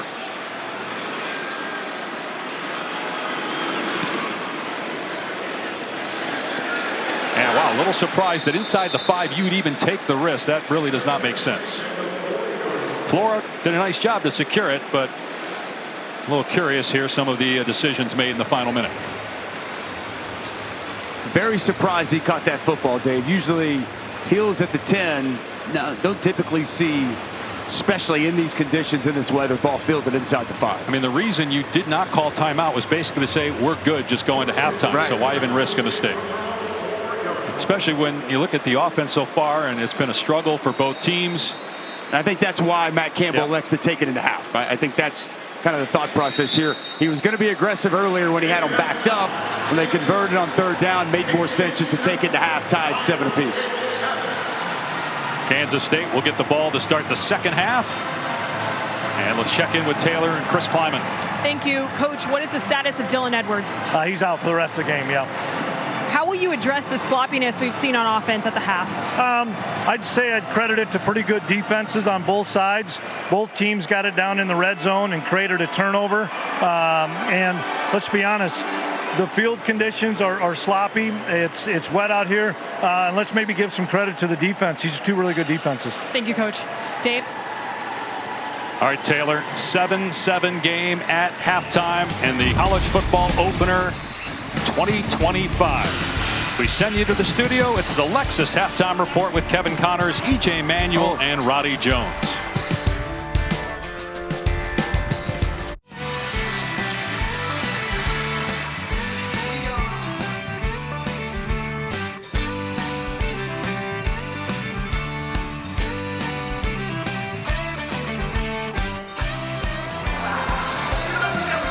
Welcome back to the Aer Lingus College Football Classic, the 4th edition and first time for 2 teams from the Big 12. And you're watching the Big 12 on ESPN. Dave Pasch, Dusty Dvorak, Taylor McGregor here in Dublin, Ireland to kick off the 2025 college football season. And Dusty, maybe it's not surprising with college kids traveling 4,000 miles. They got here just a couple days ago trying to get used to the time change, that it was really sloppy in the first half. Yeah, it was sloppy. 4 turnovers in total, 2 lost fumbles by each team. But there was also some field conditions with some weather coming in, slick football, and the defense on each side that I thought really stepped up and played well. But a lot of contributing factors. Dylan Edwards muffs that opening punt, lost him for the entirety of the game. Abu Sama puts it on the ground from the 1-yard line. Really good timed up blitz there by Clay Moss as he gets home. The forced fumble by Surgis coming downhill. A couple of good stuff we did see. How about this? The touchdown toss of Rocco Beck. It's Dominic Overby. If I'm even, I'm leaving. The speedster with a great route, freezes the safety. And then speaking of freezing, Avery Johnson catches the defensive end, taking too many shuffles inside. He gets to the perimeter, and your 2 scores for the Cyclones and Wildcats there in that first half. K-State was able to run the ball, 94 yards, just 60 passing. Dylan Edwards, as Chris Kleiman told Taylor McGregor, at the end of the first half, done for the day, was hurt on that muff punt. Iowa State just 23 rushing yards in the first half. Kansas State will get the ball to start the second half. And from the goal line is Bryce Nornberg. And he gets to about the 19, and that's it. Here's Taylor. Matt Campbell told me they would love to run the football more. They had just 23 yards on the ground in the first half, but he said we also have to be prepared to take what the defense gives us. And to the sloppiness of the offense, he said we have to be better when it comes to protection. We were not up to par there. He did give credit to the defense, just like Coach Kleinman did, and he said they just showed us some different looks that we were prepared for, so we have to be able to make adjustments. Yeah, 3 sacks surrendered by the offensive line for Iowa State. This is a conference game. Will count towards the standings. It could end up being the most impactful game of the Big 12 all year, and it's not even week 1. Shy of the 20-yard line, and a pass play. Johnson has it tipped at the line for the second time. Ezeagu got a hand on that one. Second down. That's just good timing here by the defensive end. Ezeagu is going to work off the edge. And as this pass comes, he's going to get his hand up. Really good timing. Got that big wingspan. Shut your rush down. Know that pass is coming out. Try to get in the throwing lane. Very well done. As you said, Mr. Pasch, for the second time here for Ezeagu. Gained about 15 pounds of muscle. A little bit easier to get off those blocks with improved strength. Get his hand up. Johnson keeping it. We'll see if they run him more here in the second half. He had a rushing touchdown for K-State's only score in the first half. Knocked out of bounds by Jontez Williams after a gain of 6. When you see the speed, whenever Avery Johnson gets to the perimeter, there's potentially maybe a little bit of a hold there on Willick, but Johnson able to get to the edge and a nice pickup on second down. Pretty good on that last possession before halftime. He converted on multiple third downs, throwing the ball. trouble with communication here. He's looked over the side. He can't hear what the call is. And that inside 15 seconds too, that communication device between the offensive coordinator and quarterback shuts off. And it was at about 12 when they had the issue. The pass is caught, but well short of the line to gain. Jontez Williams right there as well. Will Ancio caught it at the 28, 4th down. Really nice tackle there. Catch tackle on the perimeter. Ball comes out quick, and Iowa State, a really nice job getting a stop on this opening possession.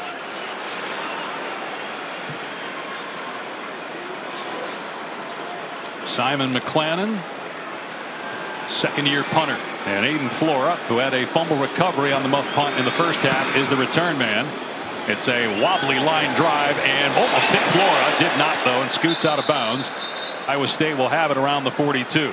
Here are just some of the Labor Day weekend games starting Thursday on ESPN. Boise State, a playoff team last year, taking on USF, Nebraska, Cincinnati.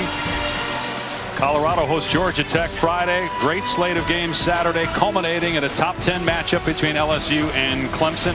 And the all-new ESPN app, you can watch all these games as well. So many intriguing matchups. What's Florida State going to be this year? You know, that was just wild to see last season, a 2-win team for Mike Norvell. Got that stadium renovated. They're going to be there with a hungry crowd, a team that was here in the opener in Dublin last year, lost that first game, and I think an Alabama team, in my opinion, going to be one of the best in college football. That's a fascinating game in Tallahassee next Saturday.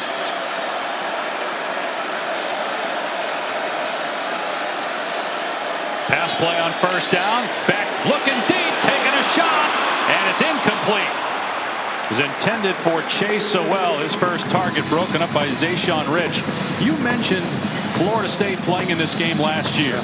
And I'm not saying that's why they went 2-10, but the coaches are definitely concerned because teams that have played here, won or lost, are about 15 games under 500. There is concern from both coaches that it may take a month or so to really fully adjust once they get back. That's what I found fascinating, talking with both Chris Kleiman and Matt Campbell. Not necessarily this game and the impact the travel would have, but the next 3 to 4 weeks, the impact it's going to have in the preparation to make sure it doesn't negatively impact the season.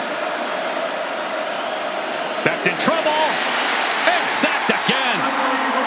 Boy, having a day. Toby Osunsami. He's got 2 sacks in this one. Osunsami has been oh so great all throughout the course of the day. This is called a TE stunt. Tackle first, end's going to come second, and they run it to perfection. Just a 2-man game.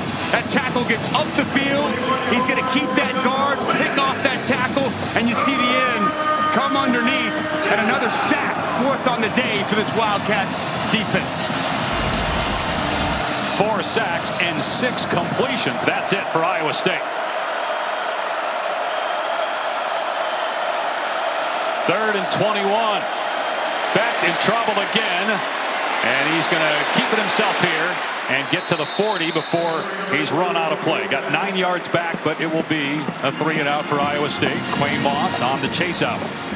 Good job there by Rocco, just evading that initial pressure. I thought he may take a shot. Looked like he might have had Overby down the field with a step on the defender. He elects to keep it in his arms and go out of bounds, and a nice stop there to kick off this second half for the Wildcats. They matched that stop by the Cyclones on each of the first 2 possessions. Sterling Lockett replacing the injured Dylan Edwards as the punt returner. Standing back at his 15-yard line. Good punt by Perkins. Perfect hang time. And the fair catch made at the 15. A penalty flag down late. Thrown at about the 25-yard line as you look at the Temple Bar area where many a pint has been consumed. Of course, by nobody on the crew here in the last 5 days. I saw you in that Temple Bar area. Had the music playing. Was that you with your shirt off down there, Dave?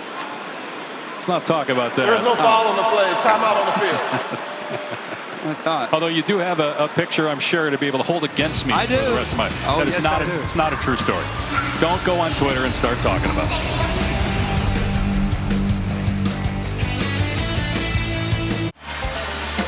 The Emerald Isle boasts some of the most prestigious and challenging golf courses in the world, attracting golfers from all over to experience its unique landscapes and designs. 6 courses in Ireland are ranked in the top 100 of the world. Royal Portrush, home of this year's Open Championship, won by Scotty Scheffler among them. Scotty Scheffler's been on a heater. Golly, been incredible. Ireland is a country smaller than both the states of Iowa and Kansas, as Joe Jackson gets the carry. Picks up about a yard with Caleb Bacon on the tackle. And actually, Ireland has more farms, despite being smaller than both Kansas and Iowa. Look at you. You did your research for this one. Well done. Been holding on to that one for a while. Well, also, well done by you. Here's another note for you. Look at the roof there of the stadium, how it undulates. Oh, yeah. The reason it's not flat is there are some houses to our left behind the end zone. You can see it there where all the stands are, why the stands are so short. There's only a few behind the goalpost. As we've got a run play here from Joe Jackson. He close to a first down, and he did get the first down. Let me just finish that story real quick. The reason why the roof dips on that side there, you can see it on the right side of your screen, why it dips, is because the people that have those houses, while it was being built, complained because they said it was blocking the sun. Now in the U.S., probably people would just say, sorry, to build number one. But here in Europe, they say, sure, we'll accommodate you, and they changed the roof line. Well, it's added to an awesome stadium and feel here inside of Aviva Stadium. And the power of the locals is very real here, Mr. Peck. Johnson looking, everybody covered. Now a receiver comes free. And it's Jaron Bradley on the catch. With his second target. The protection and the time, so good there by Kansas State. Avery Johnson had all day to be able to sit back there, survey the landscape of the field, and allow Bradley to come open. Another pass play and another catch. Jayce Brown wrapped up and thrown down about a yard short of the line to gain by Trey Bell. That's really well done by Jayce Brown. Climbs the ladder, good strong hands, go up and high point that football. A really nice season a year ago. Could have easily been a 1,000-yard receiver, over 800 yards, typically a vertical threat. We've seen him today as a runner. The biggest play in that first half, a 33-yard run, but a nice grab there on first. Avery Johnson finds another open tight end.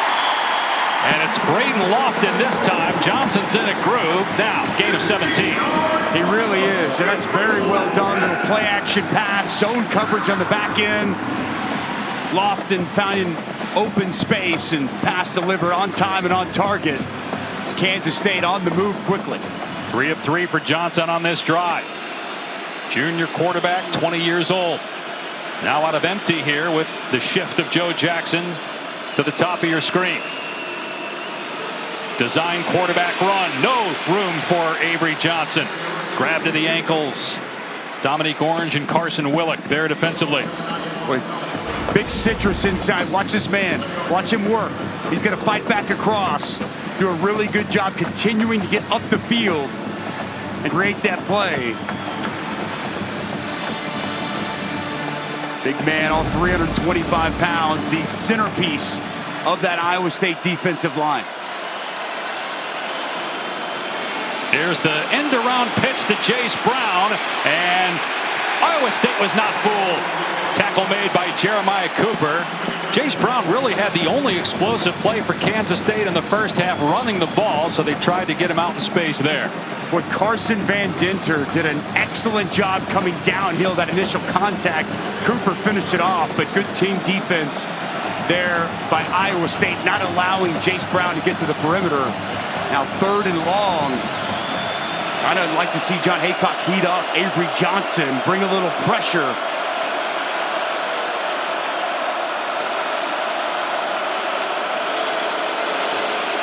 Johnson throws complete, and an excellent open field tackle. The helmet came off for Marcus Neal, but even if he has to sit out, it's 4th down. It was Oakley on the catch. It'll be about a 50-yard field goal try from here. I think they got to go. 4th and 8? Yeah, I think they got to go. I think they were hoping.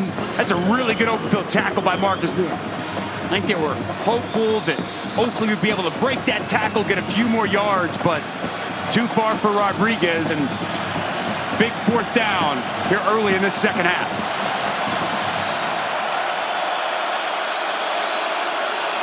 Tibbs up top. ESPN analytics say kick, but obviously you have the weather, the chewed up field. You can barely see the chalk marks. Johnson directing traffic on the move, and the pass is incomplete through the hands of Bradley. He could have caught that, and it would have been a first down. Could not hang on. Drew Surgis in coverage.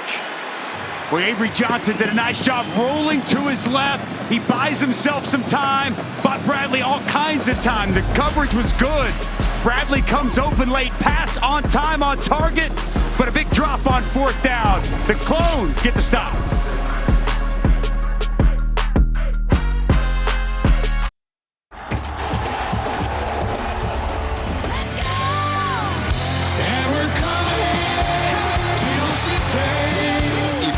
For a better setting. Go get him, NC!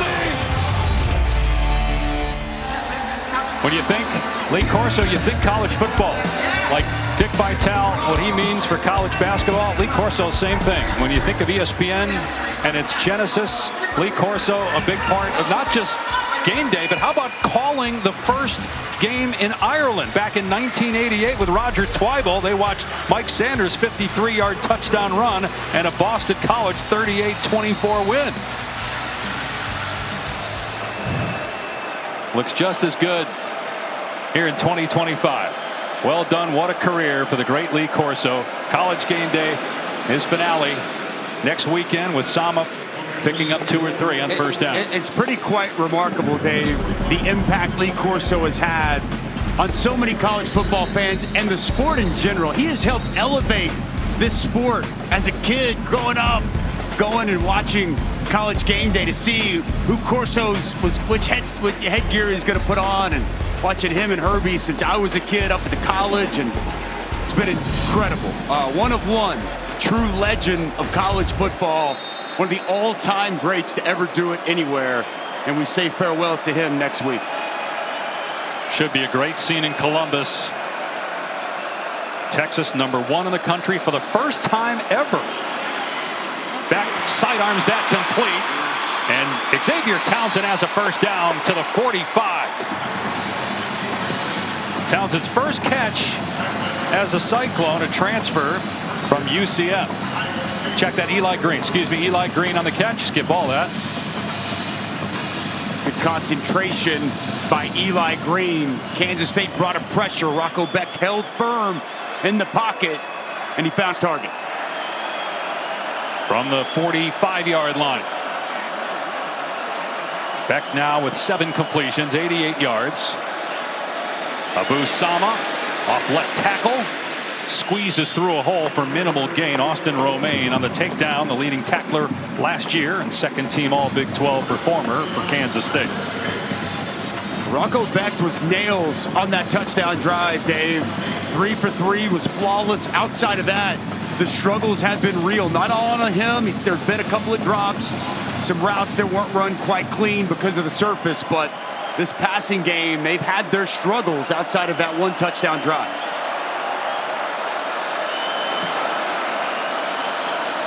Play action.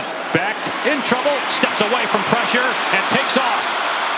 Pass midfield and then goes to the ground at about the 48-yard line. So it will bring up 3rd down. Boy, Purnell so good coming on the pressure. How many times have we seen this today? Rocco, little jab step in, move to his left. He has made something out of nothing time and time again.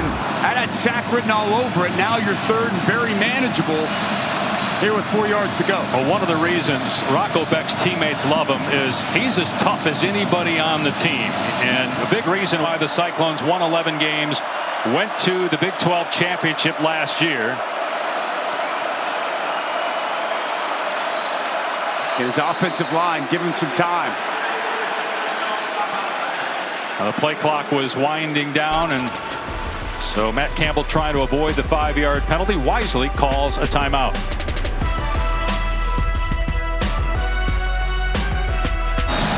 And just in time for the start of the college football season. Week 0 here at the 47,000-seat Aviva Stadium in Dublin. A Big 12 game that could have major ramifications on who goes to the college football playoff. Abu-Sama on 3rd and 4 comes up short. Iowa State looks like it will go for it on 4th down again. And we saw them in a similar spot, and we saw the ball kept with Rocco Beck. I'd expect the exact same here, Dave. And love to run their quarterback on 4th, 3rd, and short situations. I think this is no different right here. You get that +1, that added blocker, and we know Rocco, a talented runner with the ball. Going back to that toughness that Beck has. Not afraid to run between the tackles. 4 tight ends on your right. Play clock is down to 3. Backed on the option, keeps and gets the first down.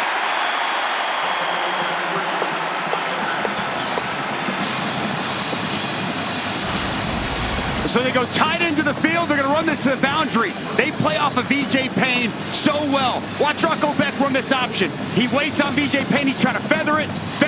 He gets 1 step outside. Rocco puts his foot and gets downhill and moves the chains for a big first down.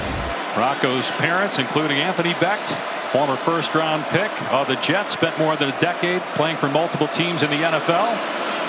Now live in the Tampa area. Abu-Sama on the cutback, finds some running room. Remember 2 years ago, he tore up Kansas State for 276 yards and 4 touchdowns. Like the patience on that run, allow those blocks to set up. Took a while, and then finally, as that hole started to open up, got north and south, and a really quality pickup on 1st down. We haven't seen a lot of quality running with the running backs throughout the course of this game. Well done on 1st. And it's interesting, Abu-Sama has been the bell cow. He's got double the carries of Carson Hansen so far in this game. Hansen had most of those carries early on. Iowa State on the move. Sama again, and he picks up the first down, getting the edge off the right side down to the 28-yard line for 7 more yards. Good block, the right tackle. Tyler Miller got just enough of Jordan Allen to allow Sama to get to that perimeter, get to that edge.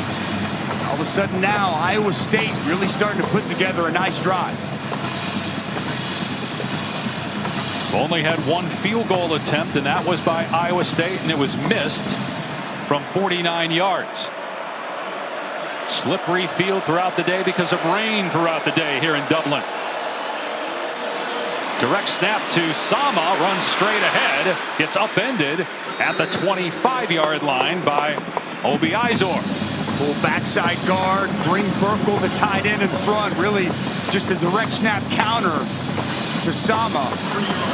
Shows that good patience once again. Wasn't much there initially, but after about a 2 count, we're seeing this Iowa State offensive line on this drive get more movement, a little more push than we've seen throughout the course of this ball game. 10th play of the drive, only 1 pass play, maybe 2, as Beck throws it towards the goal line. It was caught, but incomplete. Out of bounds was Burkle, but what a catch as he hit the pylon. The ball arrived. Well, this was close, Dave. What concentration here by Burkle. Let's watch his foot. Where's the foot at? Foot's in. Oh, he's in. But he bobbled it, so I don't know. By the time, yeah, it's incomplete. His foot's in. He didn't catch it. He's got to catch it clean here with his foot in. I'm looking at the right foot. And now he bobbled. Yep. Didn't have it at the end. Didn't secure it all the way through the catch. I was looking at that right foot, which was in bounds, but would have been a heck of a play. Now it's 3rd and 7. Back, hoisted deep into the end zone. Caught in bounds. Touchdown, Brett Eskelsen. And Iowa State has the lead.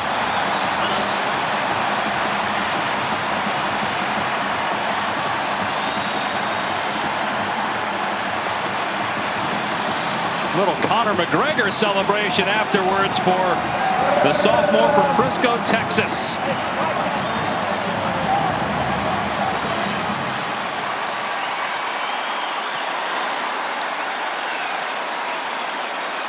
Conrady on for the extra point. What a drive by Rocco Beck.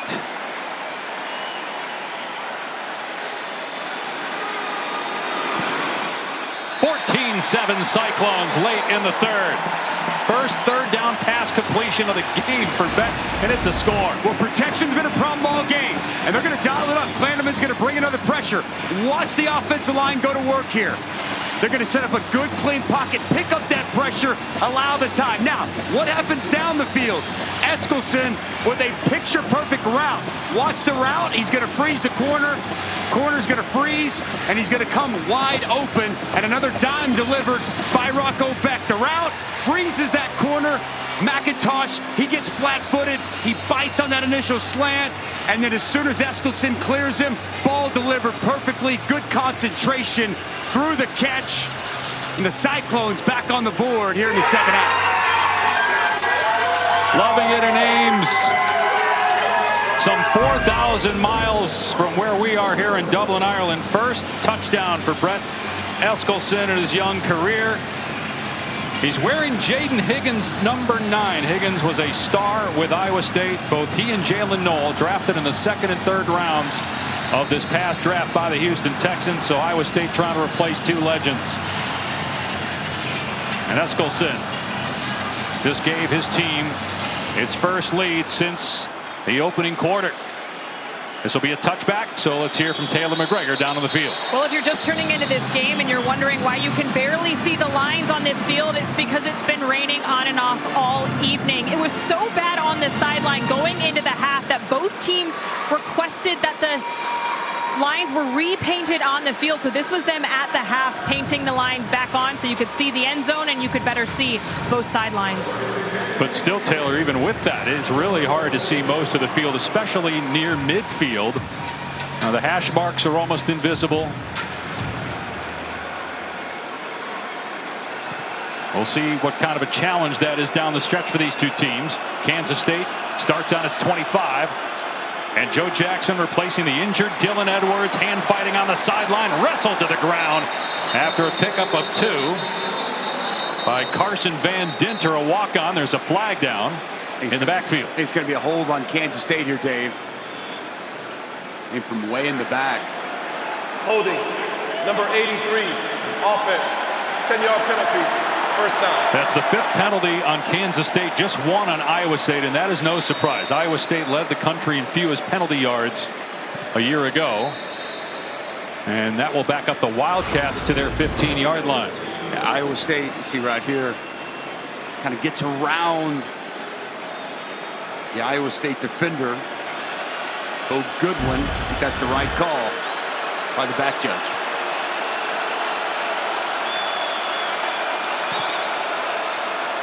Johnson, nice catch made by Jayce Brown. He picks up about 17. That pass a little behind the receiver, but Brown, a big play guy, able to get closer to the line to gain. Boy, middle of field open for Jayce Brown, and good tackle in the open field. Jayce Brown is electric. Great vertical speed, a walking big play. He had 25 catches of 20 or more yards a year ago, and a nice play on 1st and 20. Perhaps the final play of the quarter. Play action pass. Johnson setting up, climbing the pocket, and a wide open tight end Oakley into Iowa State territory. Tackled at the 44-yard line. This is the end of the 3rd quarter. For a gain of 22, and Kansas State will start the 4th quarter in Iowa State territory, trailing the Cyclones by 7. The Big 12 opener. The college football season opener here in Dublin, Ireland. 3 in the books, 1 quarter to go. Coach, your offense has some rhythm. What will it take for them to get into the end zone? Well, we need to finish this drive. We're moving the ball, and then we're kind of having some self-inflicted wounds, which you can't have against a really good football team. So we got to remain calm and get a good drive here and see if we can get this thing tied up. And then, you know, Rocco Beck's a hell of a football player, and we've got to do some good jobs in coverage because we're stopping the run, but we're just struggling against some of the big receivers. Thank you, Coach. Dave? Well, Taylor, last year, 4 fourth-quarter comeback wins for Kansas State, 2nd most behind Illinois. Avery Johnson, 7 for his last night. Going downtown for Jayce Brown. Incomplete. Brown could not hang on. Tayshaun James in coverage in the end zone.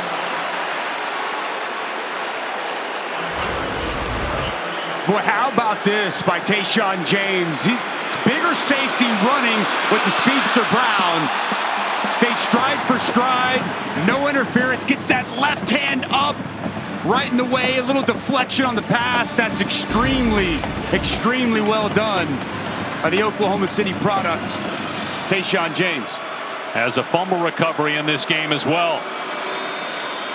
Another pass play. Johnson hits Jerron Tibbs, fighting for yardage.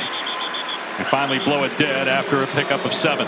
Big third down coming up here for Kansas State. You heard Chris Kleiman say we've had good drives. They've just kind of sputtered and stalled out. Kansas State needs this one to not stall out and match what Rocco Becht and that Cyclone offense was able to do. I like keeping the ball in Avery Johnson's hands. I'd like to see him as a runner a little bit. He's been better as a passer, but boy is electric as a runner. Pumps, looks deep, got a receiver, Jayce Brown, walks into the end zone, touchdown, Kansas State.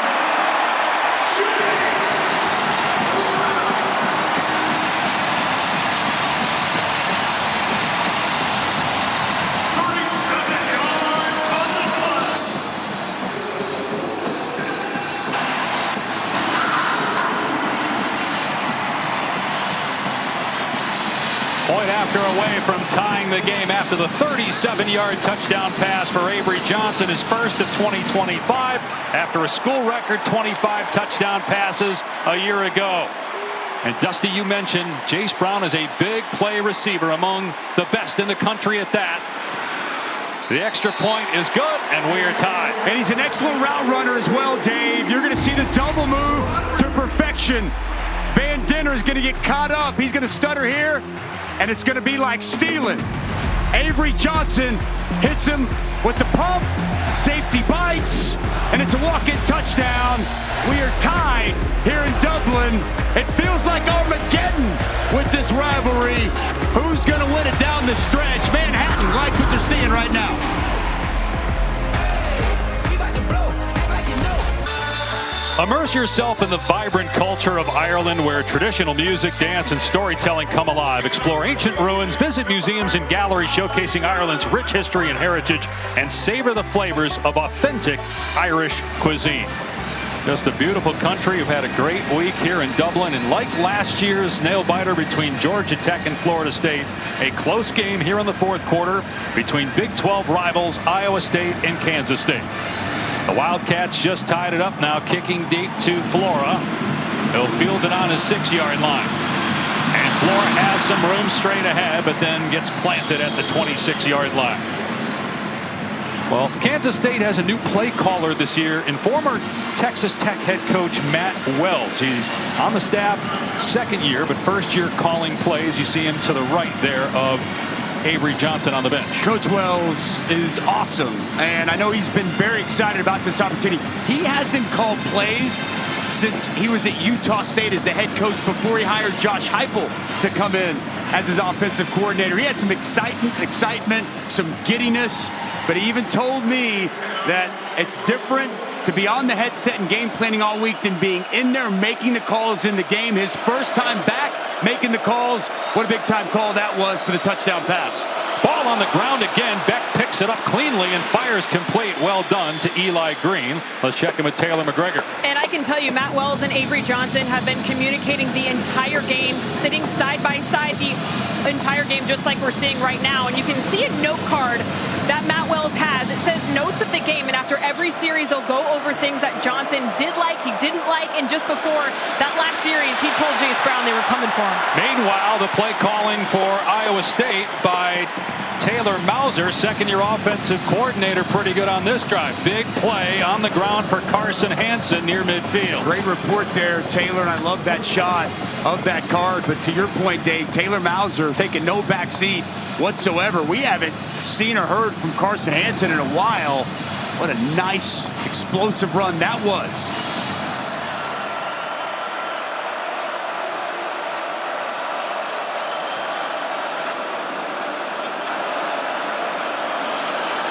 Becht off play action, and the pass should have been picked off. It is dropped at the 25-yard line by Donovan McIntosh. It's been a game filled with turnovers, and there should have been another one there. Well, Rocco Becht, thankful for that drop by McIntosh, because a gift almost delivered. McIntosh, eyes on the quarterback. This ball thrown right to him as he works back to the football. Just unable to come up with the interception. I wonder if that's on the receivers, Dusty. You got a lot of guys who have not played before for Iowa State at that position. First game of the year, obviously. Carson Hansen with room, and he's got a first down inside the 40-yard line to the 36. Hansen starting to heat up. 15 yards on the ground. How about Jim Boniface, the center? Watch him get up to the second level. Watch him work up. Really does a nice job opening up this hole. Works through the nose tackle. And a good cutback there by Carson Hansen. I give Jim Boniface a lot of credit. Back in 2023, started every game as a center. Was a backup last year. Now getting another opportunity to start. And a good job opening that hole. Another first down run. Hansen up the gut one more time. 8 more yards for a player that Matt Campbell told us is poised for a breakout year. This after scoring 13 touchdowns a year ago for Iowa State. I love what I'm seeing through this offensive line. Really good job inside, some combo blocks. Saw the right guard, Brendan Black, pull around. The second half, we've seen Iowa State more committed to running the football. It's paying dividends on this drive. It was Sama in the third quarter. It's Hansen in the fourth quarter. We did not see much of Hansen since the first period. But on a roll right now, picking up another first down for Iowa State on the ground. They're starting to lean on that K-State defense. A gain of 7. They'll move the sticks down to the 21 early in the fourth in a tie game. Just so much movement on the right side. It's Brendan Black. How about the redshirt freshman Cooper Alexander getting those tight ends involved? He's getting good push. Just mushing that front of Kansas State.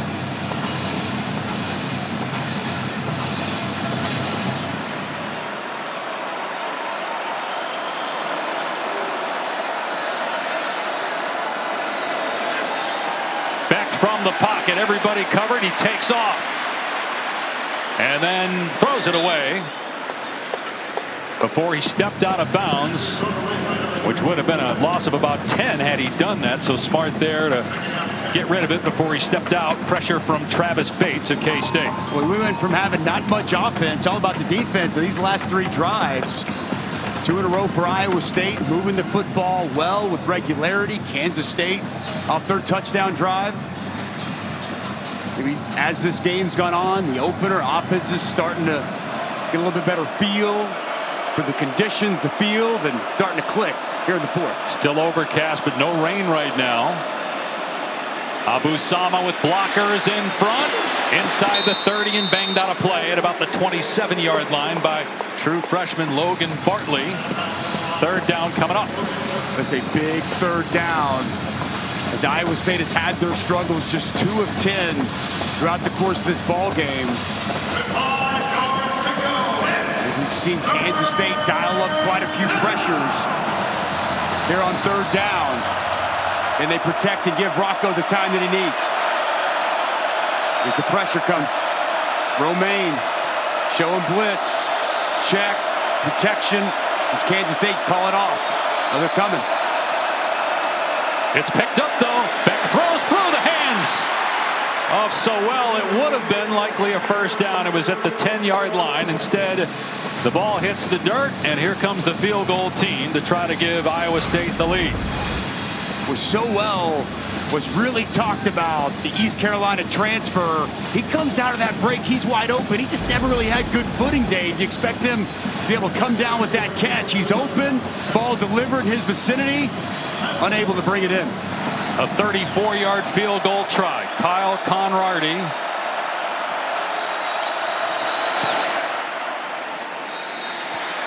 And Iowa State has the lead back. Conrarty missed a 49-yarder in the first half, but is good here from 34. The Cyclones with 10 minutes to go. Lead in Dublin by 3.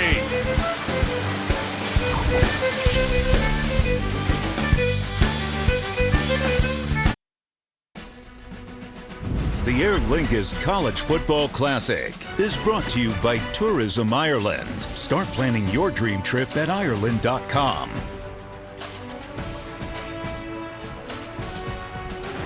in just an absolutely gorgeous country. We are in Dublin on the east coast of the Isle. And we're at Aviva Stadium, which used to be the Lansdowne Rugby Grounds, the oldest in the world. Kansas State this year, or last year rather, with 4 wins after trailing in the 4th. Only Illinois had more with 5, and the Wildcats down 3. They have a new field goal kicker this year as well, who has yet to attempt a field goal in this game.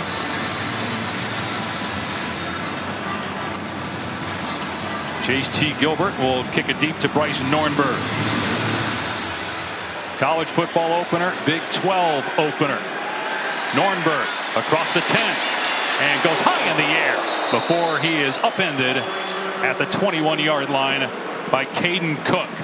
You want hard hits? How about the Street Profits, the WWE Triple Crown Tag Team Champions? They wrestled in Dublin on SmackDown last night. And our first WWE event on ESPN Unlimited is WrestlePalooza, Saturday, September 20th. When you were done in the NFL, wasn't that a potential career move for you? It was talked about. Jim Ross, a good friend of mine, he was still very involved in the WWE, but I wanted one day to aspire to work with Dave Pasch. And here we are. Pass is a little behind Jayce Brown, and he could not make the catch. Jamison Patton there to help out by knocking the ball loose. They made me cut my hair to work with you. I could have kept the long mane in the WWE. I mean, Avery Johnson would certainly be appreciative of you kept the long blonde hair. When we met with him yesterday, I think both you and I, we had hair envy of what Avery Johnson had going on. Well, I have none. Yours used to look like his. Johnson 18 of 27, a touchdown. He also has a rushing score. He'll keep it, cuts upfield. There's a flag down. Johnson is loose. First down, but looks like it's going to be holding, thrown at the feet of an offensive lineman. It's going to be John Pastore. Holding, number 78, offense, 10-yard penalty, second down. And Chris Kleiman is, you read lips, does not like the call. Pastore here going to be working on the outside. Take a good look. That left hand a little bit outside. Did he get a hold? They go to the ground. I didn't think it was egregious, but given the way the defensive lineman kind of got hurled to the ground, it's going to draw the flag. 6th penalty on Kansas State. Still 1 on Iowa State. Now it's 2nd and 20 from the K-State 11-yard line.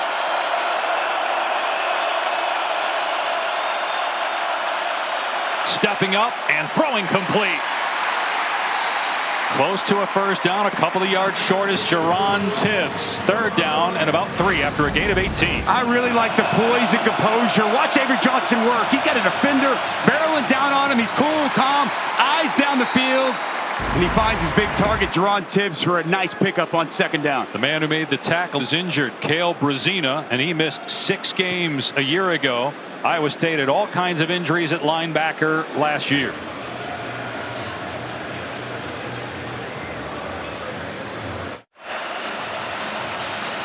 A huge development with a new rule this year in college football. If the ball is spotted and then a player on the defense is injured, it's a timeout. And now Iowa State is down to 1 timeout because of that.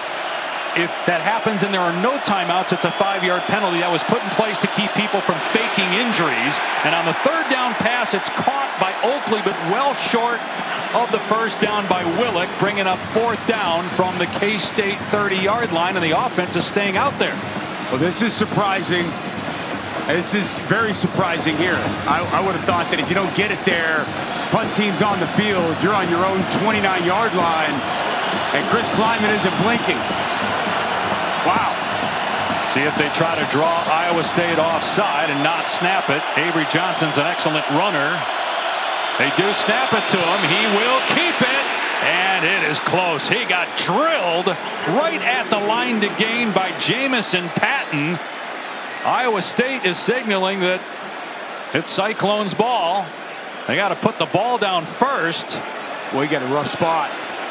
That's short. Spot short.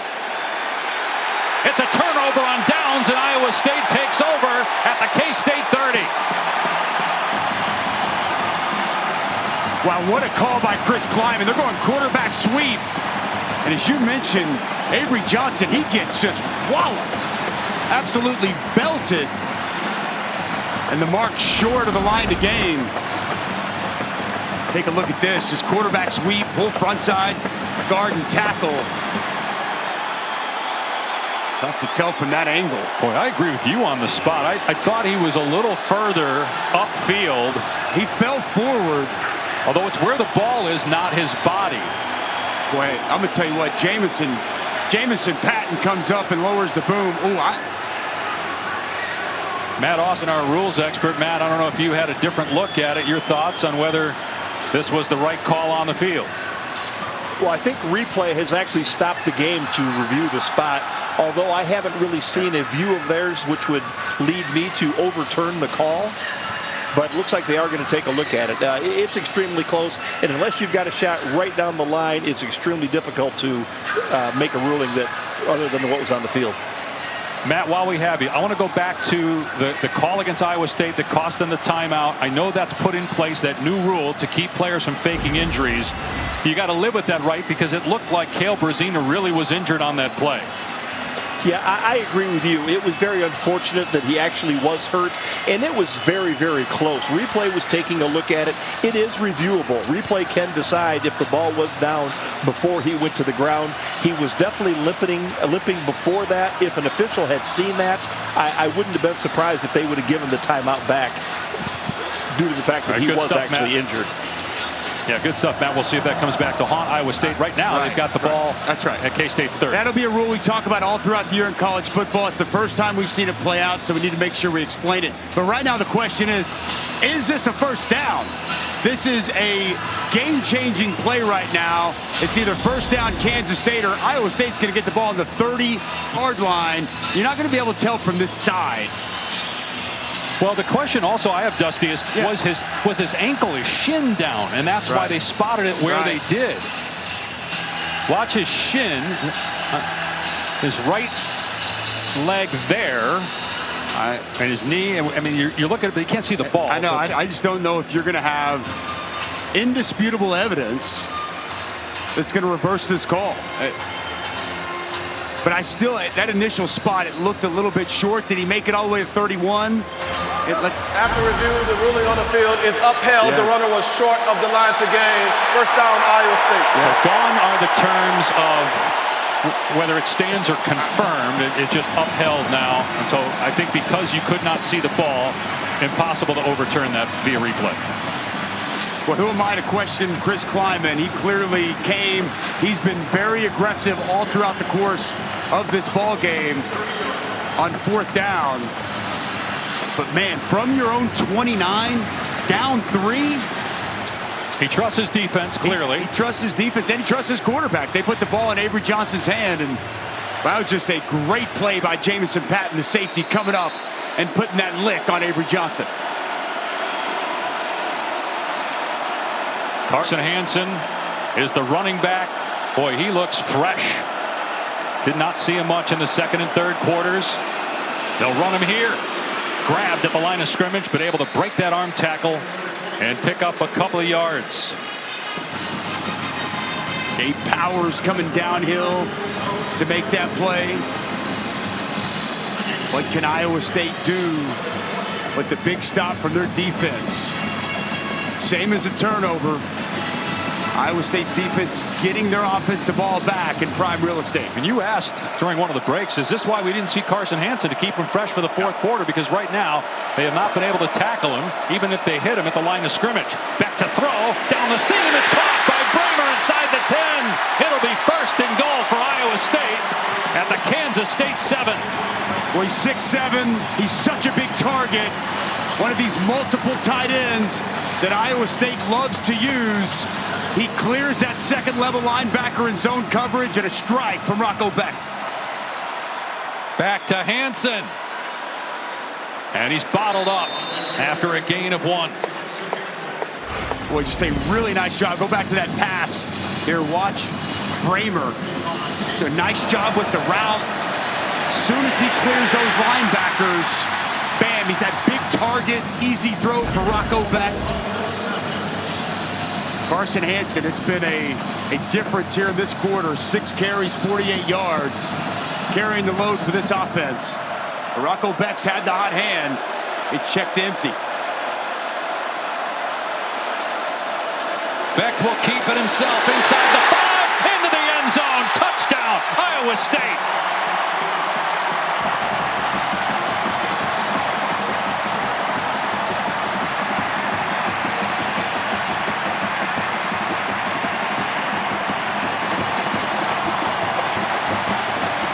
A huge score by the Cyclones after Kansas State gambled and went for it on 4th down inside their 30. The Cyclones take advantage, and we have our first 2-score lead here in Dublin.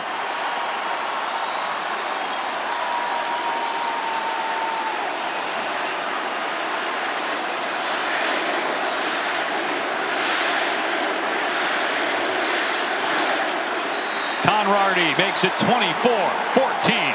Iowa State, 6:38 to play. Well, it started with the 4th down stop. Jamison Patton flying downhill to make a play on 4th down. Avery Johnson gonna run a quarterback sweep, and it's Patton. Boom! Comes down and gets the stop. And Roscoff, you're gonna see a great job here and right here by the right tackle, Tyler Miller. Run that fullback, H-back in motion. Your right tackle with a nice block getting up to the linebacker, Desmond Purnell. And it's Rocco Beck making a cut, finding the end zone, and giving Iowa State a 2-score lead here in Dublin. And Anthony Beck, longtime NFL tight end, watching his son proudly, the junior quarterback, Wesley Chapel, Florida. Captain of this Iowa State team. Big 12 Freshman of the Year 2 years ago. Honorable mention all Big 12 last year. He's accounted for 3 scores. That one on the ground and 2 through the air. Plenty of time though for Kansas State. 6:38 on the clock, down 10, and they have an excellent quarterback in Avery Johnson. Nornberg on the short kickoff. Gets tripped up. That slowed him down, and he's tackled at the 35-yard line. Quentin Taylor Jr. got enough of the return man, and Avery Johnson will look to do what he did 4 times last year, get a come-from-behind win. Dave Pasch, Dusty Dvorak, Taylor McGregor here in Dublin, along with Matt Austin, our rules expert, on the 10th ever game in Ireland, the first for the Big 12 and the first ever for ranked teams. North Carolina TCU will play here next year. They'll meet Monday night, ESPN, week from Monday. Bill Belichick's debut at North Carolina. Johnson off play action, moving left, throws it deep, got a man wide open. Wow, Jaron Bradley gets behind the defense and scores. Touchdown, Kansas State. What a response.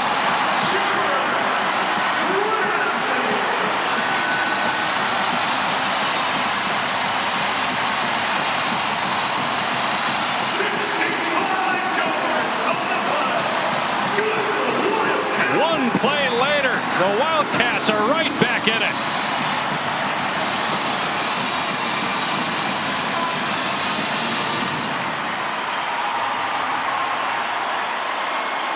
And like Rocco Beck, Avery Johnson now with 2 passing touchdowns and a rushing score. Luis Rodriguez, first-year kicker for K-State, puts it through, and it's a 3-point game again. Well, the redshirt freshman, Cummings Coleman, the staff told us he's been excellent, and we're going to see a lot of him. He's going to be playing the safety position. Go ahead and roll that, guys. Playing the safety position. Now freeze it for me. Freeze it. Cummins looking down inside. Give me a different look. The safety was looking down inside. He's got to be over the top. He never gets over the top. Cummins right here. He's got to get over the top of this. His vision is down inside on Jayce Brown, and nobody runs with the vertical from Bradley. Safety's got to get over the top here. His vision gets back inside to Jayce Brown. Nobody over the top, and it's a walk-in touchdown for Kansas State. Bradley spent last year at Boston College, was at Texas Tech for 3 years. And we expected big things from the big receiver today, but He had been quiet until that 65-yard touchdown. He had just 2 catches for 10 yards prior. And the fans in Manhattan know their team is right back in this one with 6:23 to go. Another short kickoff, and Flores got it. Past the 25, slips a tackle, past the 30, and dragged down at the 37-yard line by Wesley Fair. What an answer from Kansas State. Wow. Just when it felt like Iowa State secures a 2-score lead, bam, quick strike. Kansas State, one of the more explosive offenses in college football last year. A huge explosive play. But Iowa State, they've been really moving the football well here in this second half, Dave. They've run the ball much more effectively. They ran it for 23 yards in the first half, 90 here in this second half. They've leaned on that offensive line. Carson, Hansen, Rocco Becht, and they've run the football very well. And just think, we got a whole season to go. This is the first game. We got 4 more months of this. But what an opener here in Dublin. From the 37, Becht sideline pass pulled in by Burkle and hit out of play by B.J. Payne after a gain of 3. These teams, it's always close when you put Iowa State and Kansas State on the football field. It don't matter if it's in Manhattan, it's in Ames, or it's across the pond in Dublin, Ireland. 13 one-score games since 2008. That's the most in college football. 109th consecutive meeting between these two schools. Run play. Hansen downhill. First down past midfield. Powers his way to the 49. The right side of this offensive line is doing work, ladies and gentlemen. Absolute work. It's Tyler Miller. It's Brendan Black. Watch the push here off the right side. Just watch the mash down. The movement on the double.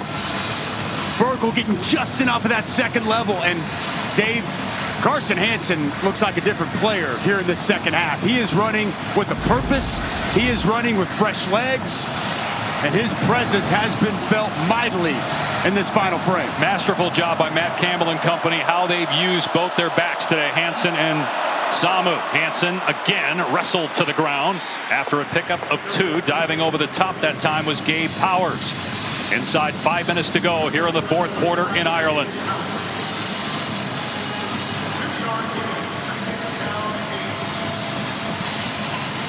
The Big 12 champ. The last 5 years decided 5 different winners. Arizona State won it last year. There was a 4-way tie. ASU, Iowa State, BYU, Colorado, Iowa State, and Arizona State played in the Big 12 championship.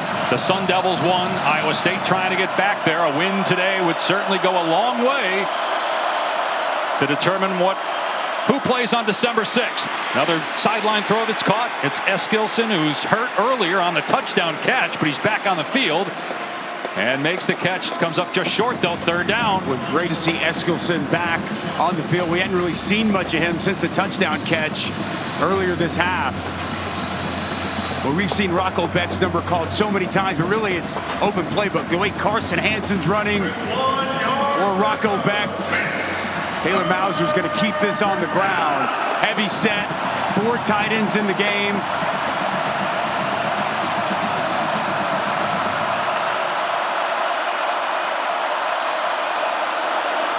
Becht pulls it back, lobs it, caught, Burkle, first down inside the 25.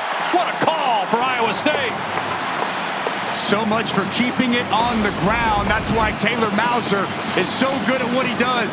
He's going to fake, and then he's just going to sneak out. Great job by Rocco, selling the play action.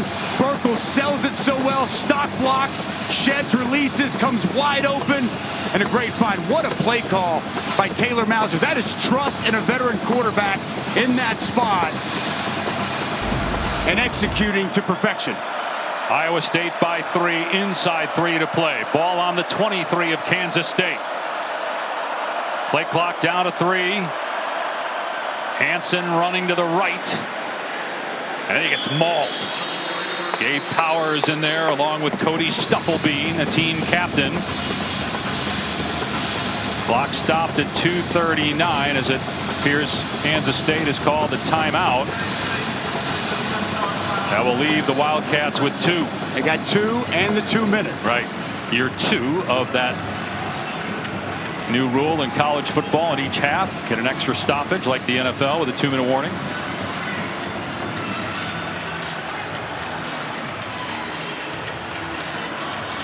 The first half was all about turnovers, each team with 2. We have not had a turnover here in the second half, and the offense has gotten better. The passing game has come alive for both teams. Had a lot more scoring here in the second quarter as well. Exactly what we expected. And you're 100% right. The offenses have really found their footing, literally and figuratively. And it was all defense and some sloppy turnovers in the first half. But these offenses have really come to life, and it's just crazy. We're in week 0. The magnitude of this game, the rivalry aspect, the Big 12 implications aspect, everything, so much on the line. Here as we creep down under 3 minutes to go. There's a ton of games in week 0 and week 1 that already impact who plays in the college football 12-team playoff. Miami, Notre Dame, LSU, Clemson, both on ABC. This one here today. Hansen running to the outside, dragged down for a loss on the play by Obi Izor. Will bring up a 4th down.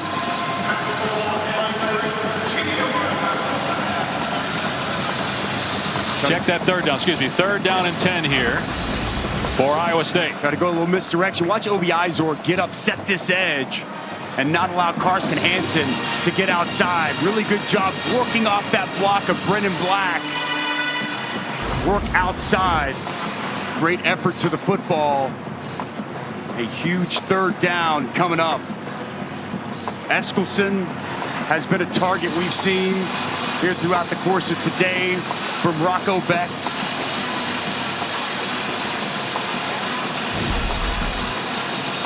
So we mentioned 5 different Big 12 champs the last 5 years. Obviously, Oklahoma and Texas are now in the SEC. Kansas State won it in 2022. Not pictured, Iowa State. They have not won a Big 12 championship. Matt Campbell's done as good a job as anybody in the country the last decade. They've been to the title game twice. They won 11 games last year, a program record, and they have a chance to beat their rival Kansas State for the 3rd straight year. But a huge 3rd down and 10 coming up with 2:32 to go on the K-State 23 in front of a sold-out Aviva Stadium in Dublin, Ireland. Beck to the air, steps up, takes off. Beck makes a move, but he's planted about 4 yards short of a 1st down by VJ Payne. 4th down. Iowa State has not sent the kicking team out there yet.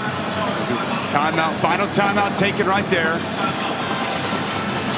What a call here from Matt Campbell. 3 yards, you get a 1st down, you end the game.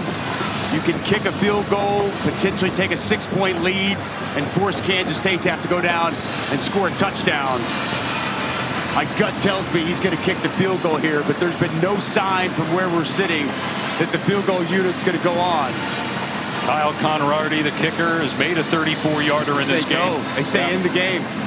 And we'll see if Matt Campbell does just that.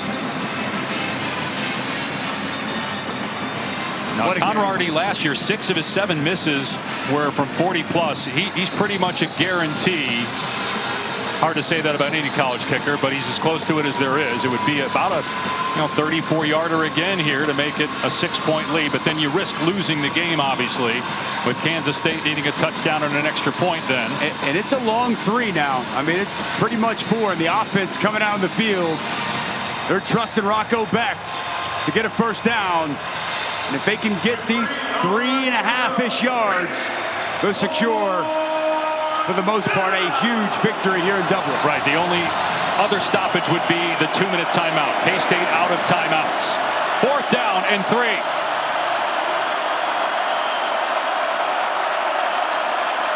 And Iowa State maybe just trying to draw Kansas State offside with a hard count, because now Matt Campbell calls a timeout. And we'll see. Maybe he calls a timeout to see what they're in. They're going to come back out and keep their offense on the field. Yeah. But it also would not surprise me whatsoever. Well, we see Conrady go out there to try to kick this make this field goal. To your point, one play, 3 yards away, you essentially win the game. You kick the field goal, even if he makes it. Kansas State puts together a long drive. Even though they don't have timeouts, inside 2 minutes, you would get the clock to stop on first downs to reset the sticks. But Kansas State can go down and win the game on that last drive. They don't know. Offense. But you would kick it in this situation, right?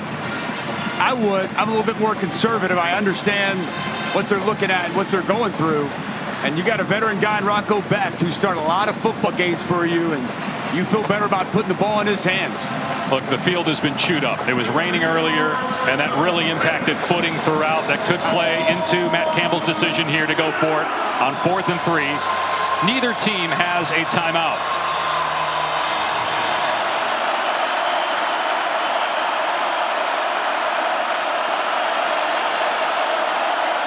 K-State acting as if it's going to bring pressure, and here they come against Becht, who lobs it, caught. Hansen got the first down.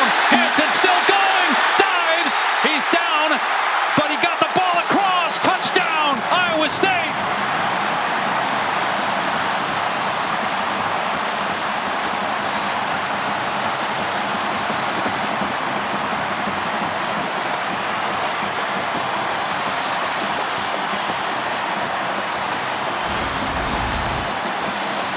Trust your quarterback, trust your veteran team, and get it to your running back, Carson Hansen, who has been an absolute beast in this 4th quarter.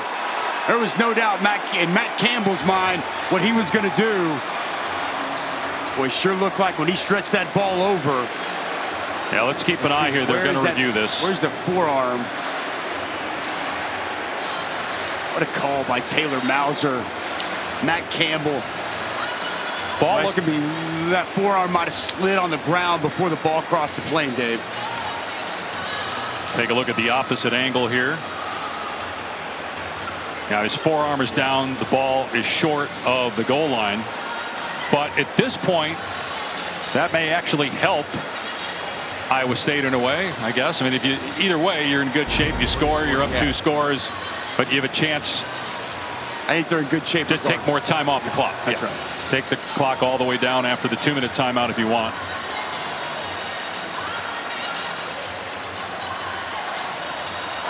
After review, the runner's right forearm was on the ground prior to the ball breaking the plane of the goal line. The ball will be placed inside the 1-yard line. It's first down for Iowa State. So if you're Kansas State here and Iowa State hands the ball off, do you let them score? Yeah, I think it's a 3-point game. A 3-point game, but you don't have any timeouts except the 2-minute timeout. You don't, but you trust your defense to get 3 straight stops. There's still going to be some time.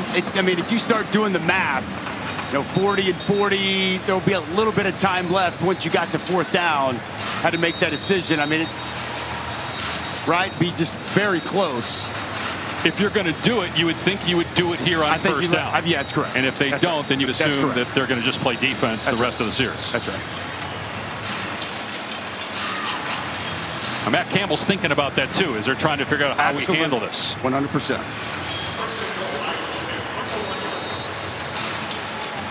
So back to a 3-point game. The clock is running because remember he was downed inbounds. Yeah, they should not snap this. Right. So the clock will go down to 2 minutes. To the 2-minute timeout. So now at this point, it'll be interesting to see, do they try to score after this 2-minute timeout? Right, you could take a knee 3 times. They can run the game out and the game's over 24-21. So back with the conclusion. No timeouts left for Kansas State. Iowa State on the goal line, up 3.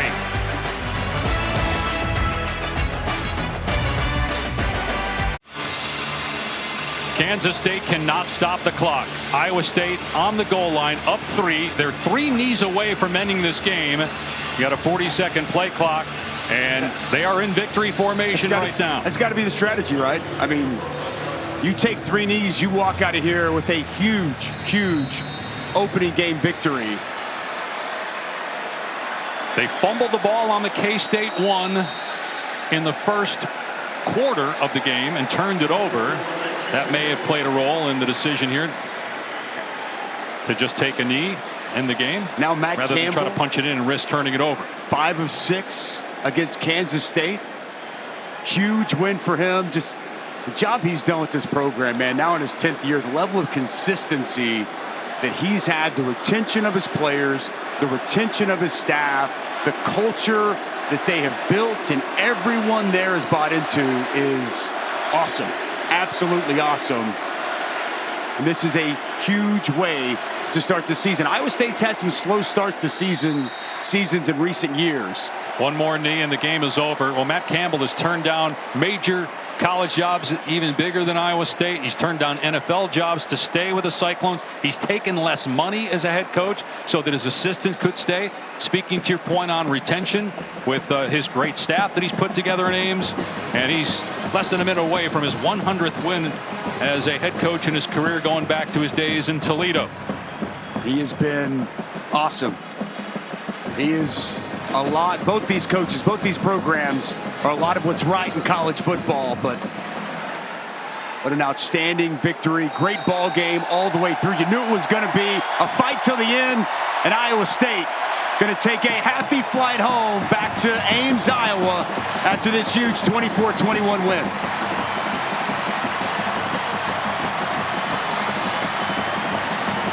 Will they meet again in December 6th in Arlington for the Big 12 championship game? It's very possible. Kansas State, according to ESPN Analytics, the favorite to win the conference, but Iowa State will take that mantle at least until the Week 1 games kick off after this huge win here in Dublin.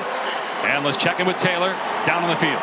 Thank you. 4th and 3 with 2:26 to play. What gave you the confidence to go for it? Well, our quarterback gives me a lot of confidence, and he's a great football player. It's a great call by our offensive coordinator. Great job by Gabe Burkle. He's one of our best players, and just great execution. You know, we work on that all camp, and a great opportunity to do that. It wasn't perfect all day long, but when we needed it the most, it was really good. What was the difference for the offense in the second half? Yeah, again, we just made some great adjustments. You know, we saw some things different in the first game, and the opportunity to make great adjustments and have the ability to do that. It's great to have a staff that we've been together for so long that we got the confidence we can make those adjustments. What allowed Carson Hansen to really be a part of the game plan? Well, I thought that O-line really did a great job in the second half. Our tight ends, O-line, thought they did a great job with execution. And, man, Carson's a really great player. We're really proud of him. 3 straight now against Kansas State. What does that do for your program? Well, I think those are great wins. Anytime you beat quality opponents, that's awesome. And we got a long way to go. It's game 1, and there's a lot of football left. And we're going to have to see if we're tough enough as a program and as a team to fly back home and get ready for a great South Dakota team next week. Thank you, Coach. Thank you. Dave? 100 wins now, Taylor, for Matt Campbell in his head coaching career. 65 in Ames, the winningest coach in Iowa State history. They will celebrate tonight here in Dublin, but then got to get back to work as they fly home tomorrow to Iowa. Rocco Beck now with Taylor. Thanks, Dave. Rocco, when your coach gave you the vote of confidence on 4th and 3, what was going through your mind? Man, we called a great play. He gave me 2 plays, and he had me decide, so I decided with that one. And I knew we were going to have a chance to get it with them bringing 0, and so it ended up working. But why did you go with that specific play?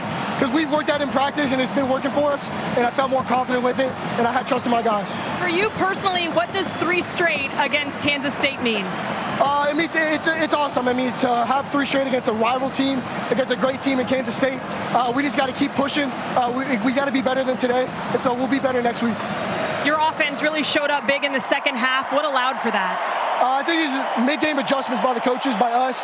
They did a really good job calming us down, but we all got to be better as an offense and put up some better points next week. Thank you for the time. Yeah, thank you. Dave? Well, Taylor, you heard, obviously you were talking to Matt Campbell about the trust he has in Rocco Beck. He gives them, they give their quarterback 2 plays there. Yep. To make the right decision, to make the right read, and he did. That is the part of it where you ask me what would you do. I lean conservative, kick the field goal. Well, you've got a player like Rocco Beck who's played that much football, who's won 18 games for you, who's been in the fire, who you completely and totally trust. You put the ball in your quarterback's hands, and he paid it off. And how about that? Taylor Mauser was telling us before the game, the communication between those two is so good. The trust is so real. Give him 2 plays, let him look at the defense, and decide which he likes the most. And boy, it could not have played out any better for Rocco Beck than Iowa State. What a win. It started with turnovers early on, and Dylan Edwards, he never played again after this. One of K-State's best players got hurt on that muff punt that was recovered by Iowa State, but then the Cyclones gave it right back. So no score at that point. There were 4 total turnovers in the first half, 2 by each team. One of 2 passing touchdowns for Rocco Becht. Avery Johnson had a pair of touchdown passes. Each quarterback had a rushing score as well. But this was a decision that could come back to haunt Chris Kleiman, electing to go for it on 4th down inside his own 30. Becht with the touchdown to make it a 2-score game. K-State comes right back. Avery Johnson finds Jaron Bradley, inexplicably gets behind the defense 15 seconds later to make it a 1-score game again. But then on 4th down, Rocco Becht finding Carson Hansen to put the game away. What a second half, and exactly as we all expected. One that's going to come down to the wire, a 1-score game. It always is when Kansas State and Iowa State meet up, regardless of what continent you're on, Mr. Pash. And look, the Dylan Edwards injury, Chris Kleiman told Taylor McGregor at halftime that he's out for the game. We don't know the severity of that. Again, they've got a game next week. They got a whole season to go. That could play a role in what happens to Kansas State down the road. Ultimately, what does this mean for Iowa State? It's, yes, a win over their rival. It's 1 game. You still got 11 to go. But is this something that can catapult them to another double-digit win season? Because we know both teams, winner or loser of this game, has not fared well the rest of the season. Florida State, the greatest example of that, just 2 wins all of last year. Both these teams, how they handle going back and the jet lag in these next couple of weeks, that's going to be a real key. But I think that this win, can it catapult Iowa State back to a double-digit win season, back to Arlington? Absolutely. I mean, I think without question, I think coming in, a lot of people thought they were going to have a great chance to get back to Arlington already. Now this gives you just 1 game up. But for Kansas State, all is not lost. I mean, they can still, the grind is going to be more real. It's going to be tougher. But so is life in the Big 12. It's competitive each and every Saturday. There are no gimmies, and it's going to be a fun season to watch unfold and see how both of these teams do going back and handling this next month stretch of the season. Arizona State, the defending champs, will go to Ames in early November. Kansas State doesn't have to play the Sun Devils. But both teams will be in action at home next week after a 24-21 finish here in Dublin, Ireland, wrapping up the 4th edition of the Aer Lingus College Football Classic. For Dusty Dvorak, Taylor McGregor, Dave Pash saying so long from Dublin as we send you back to the studio. Kevin Connors, EJ Manuel, and Roddy Jones.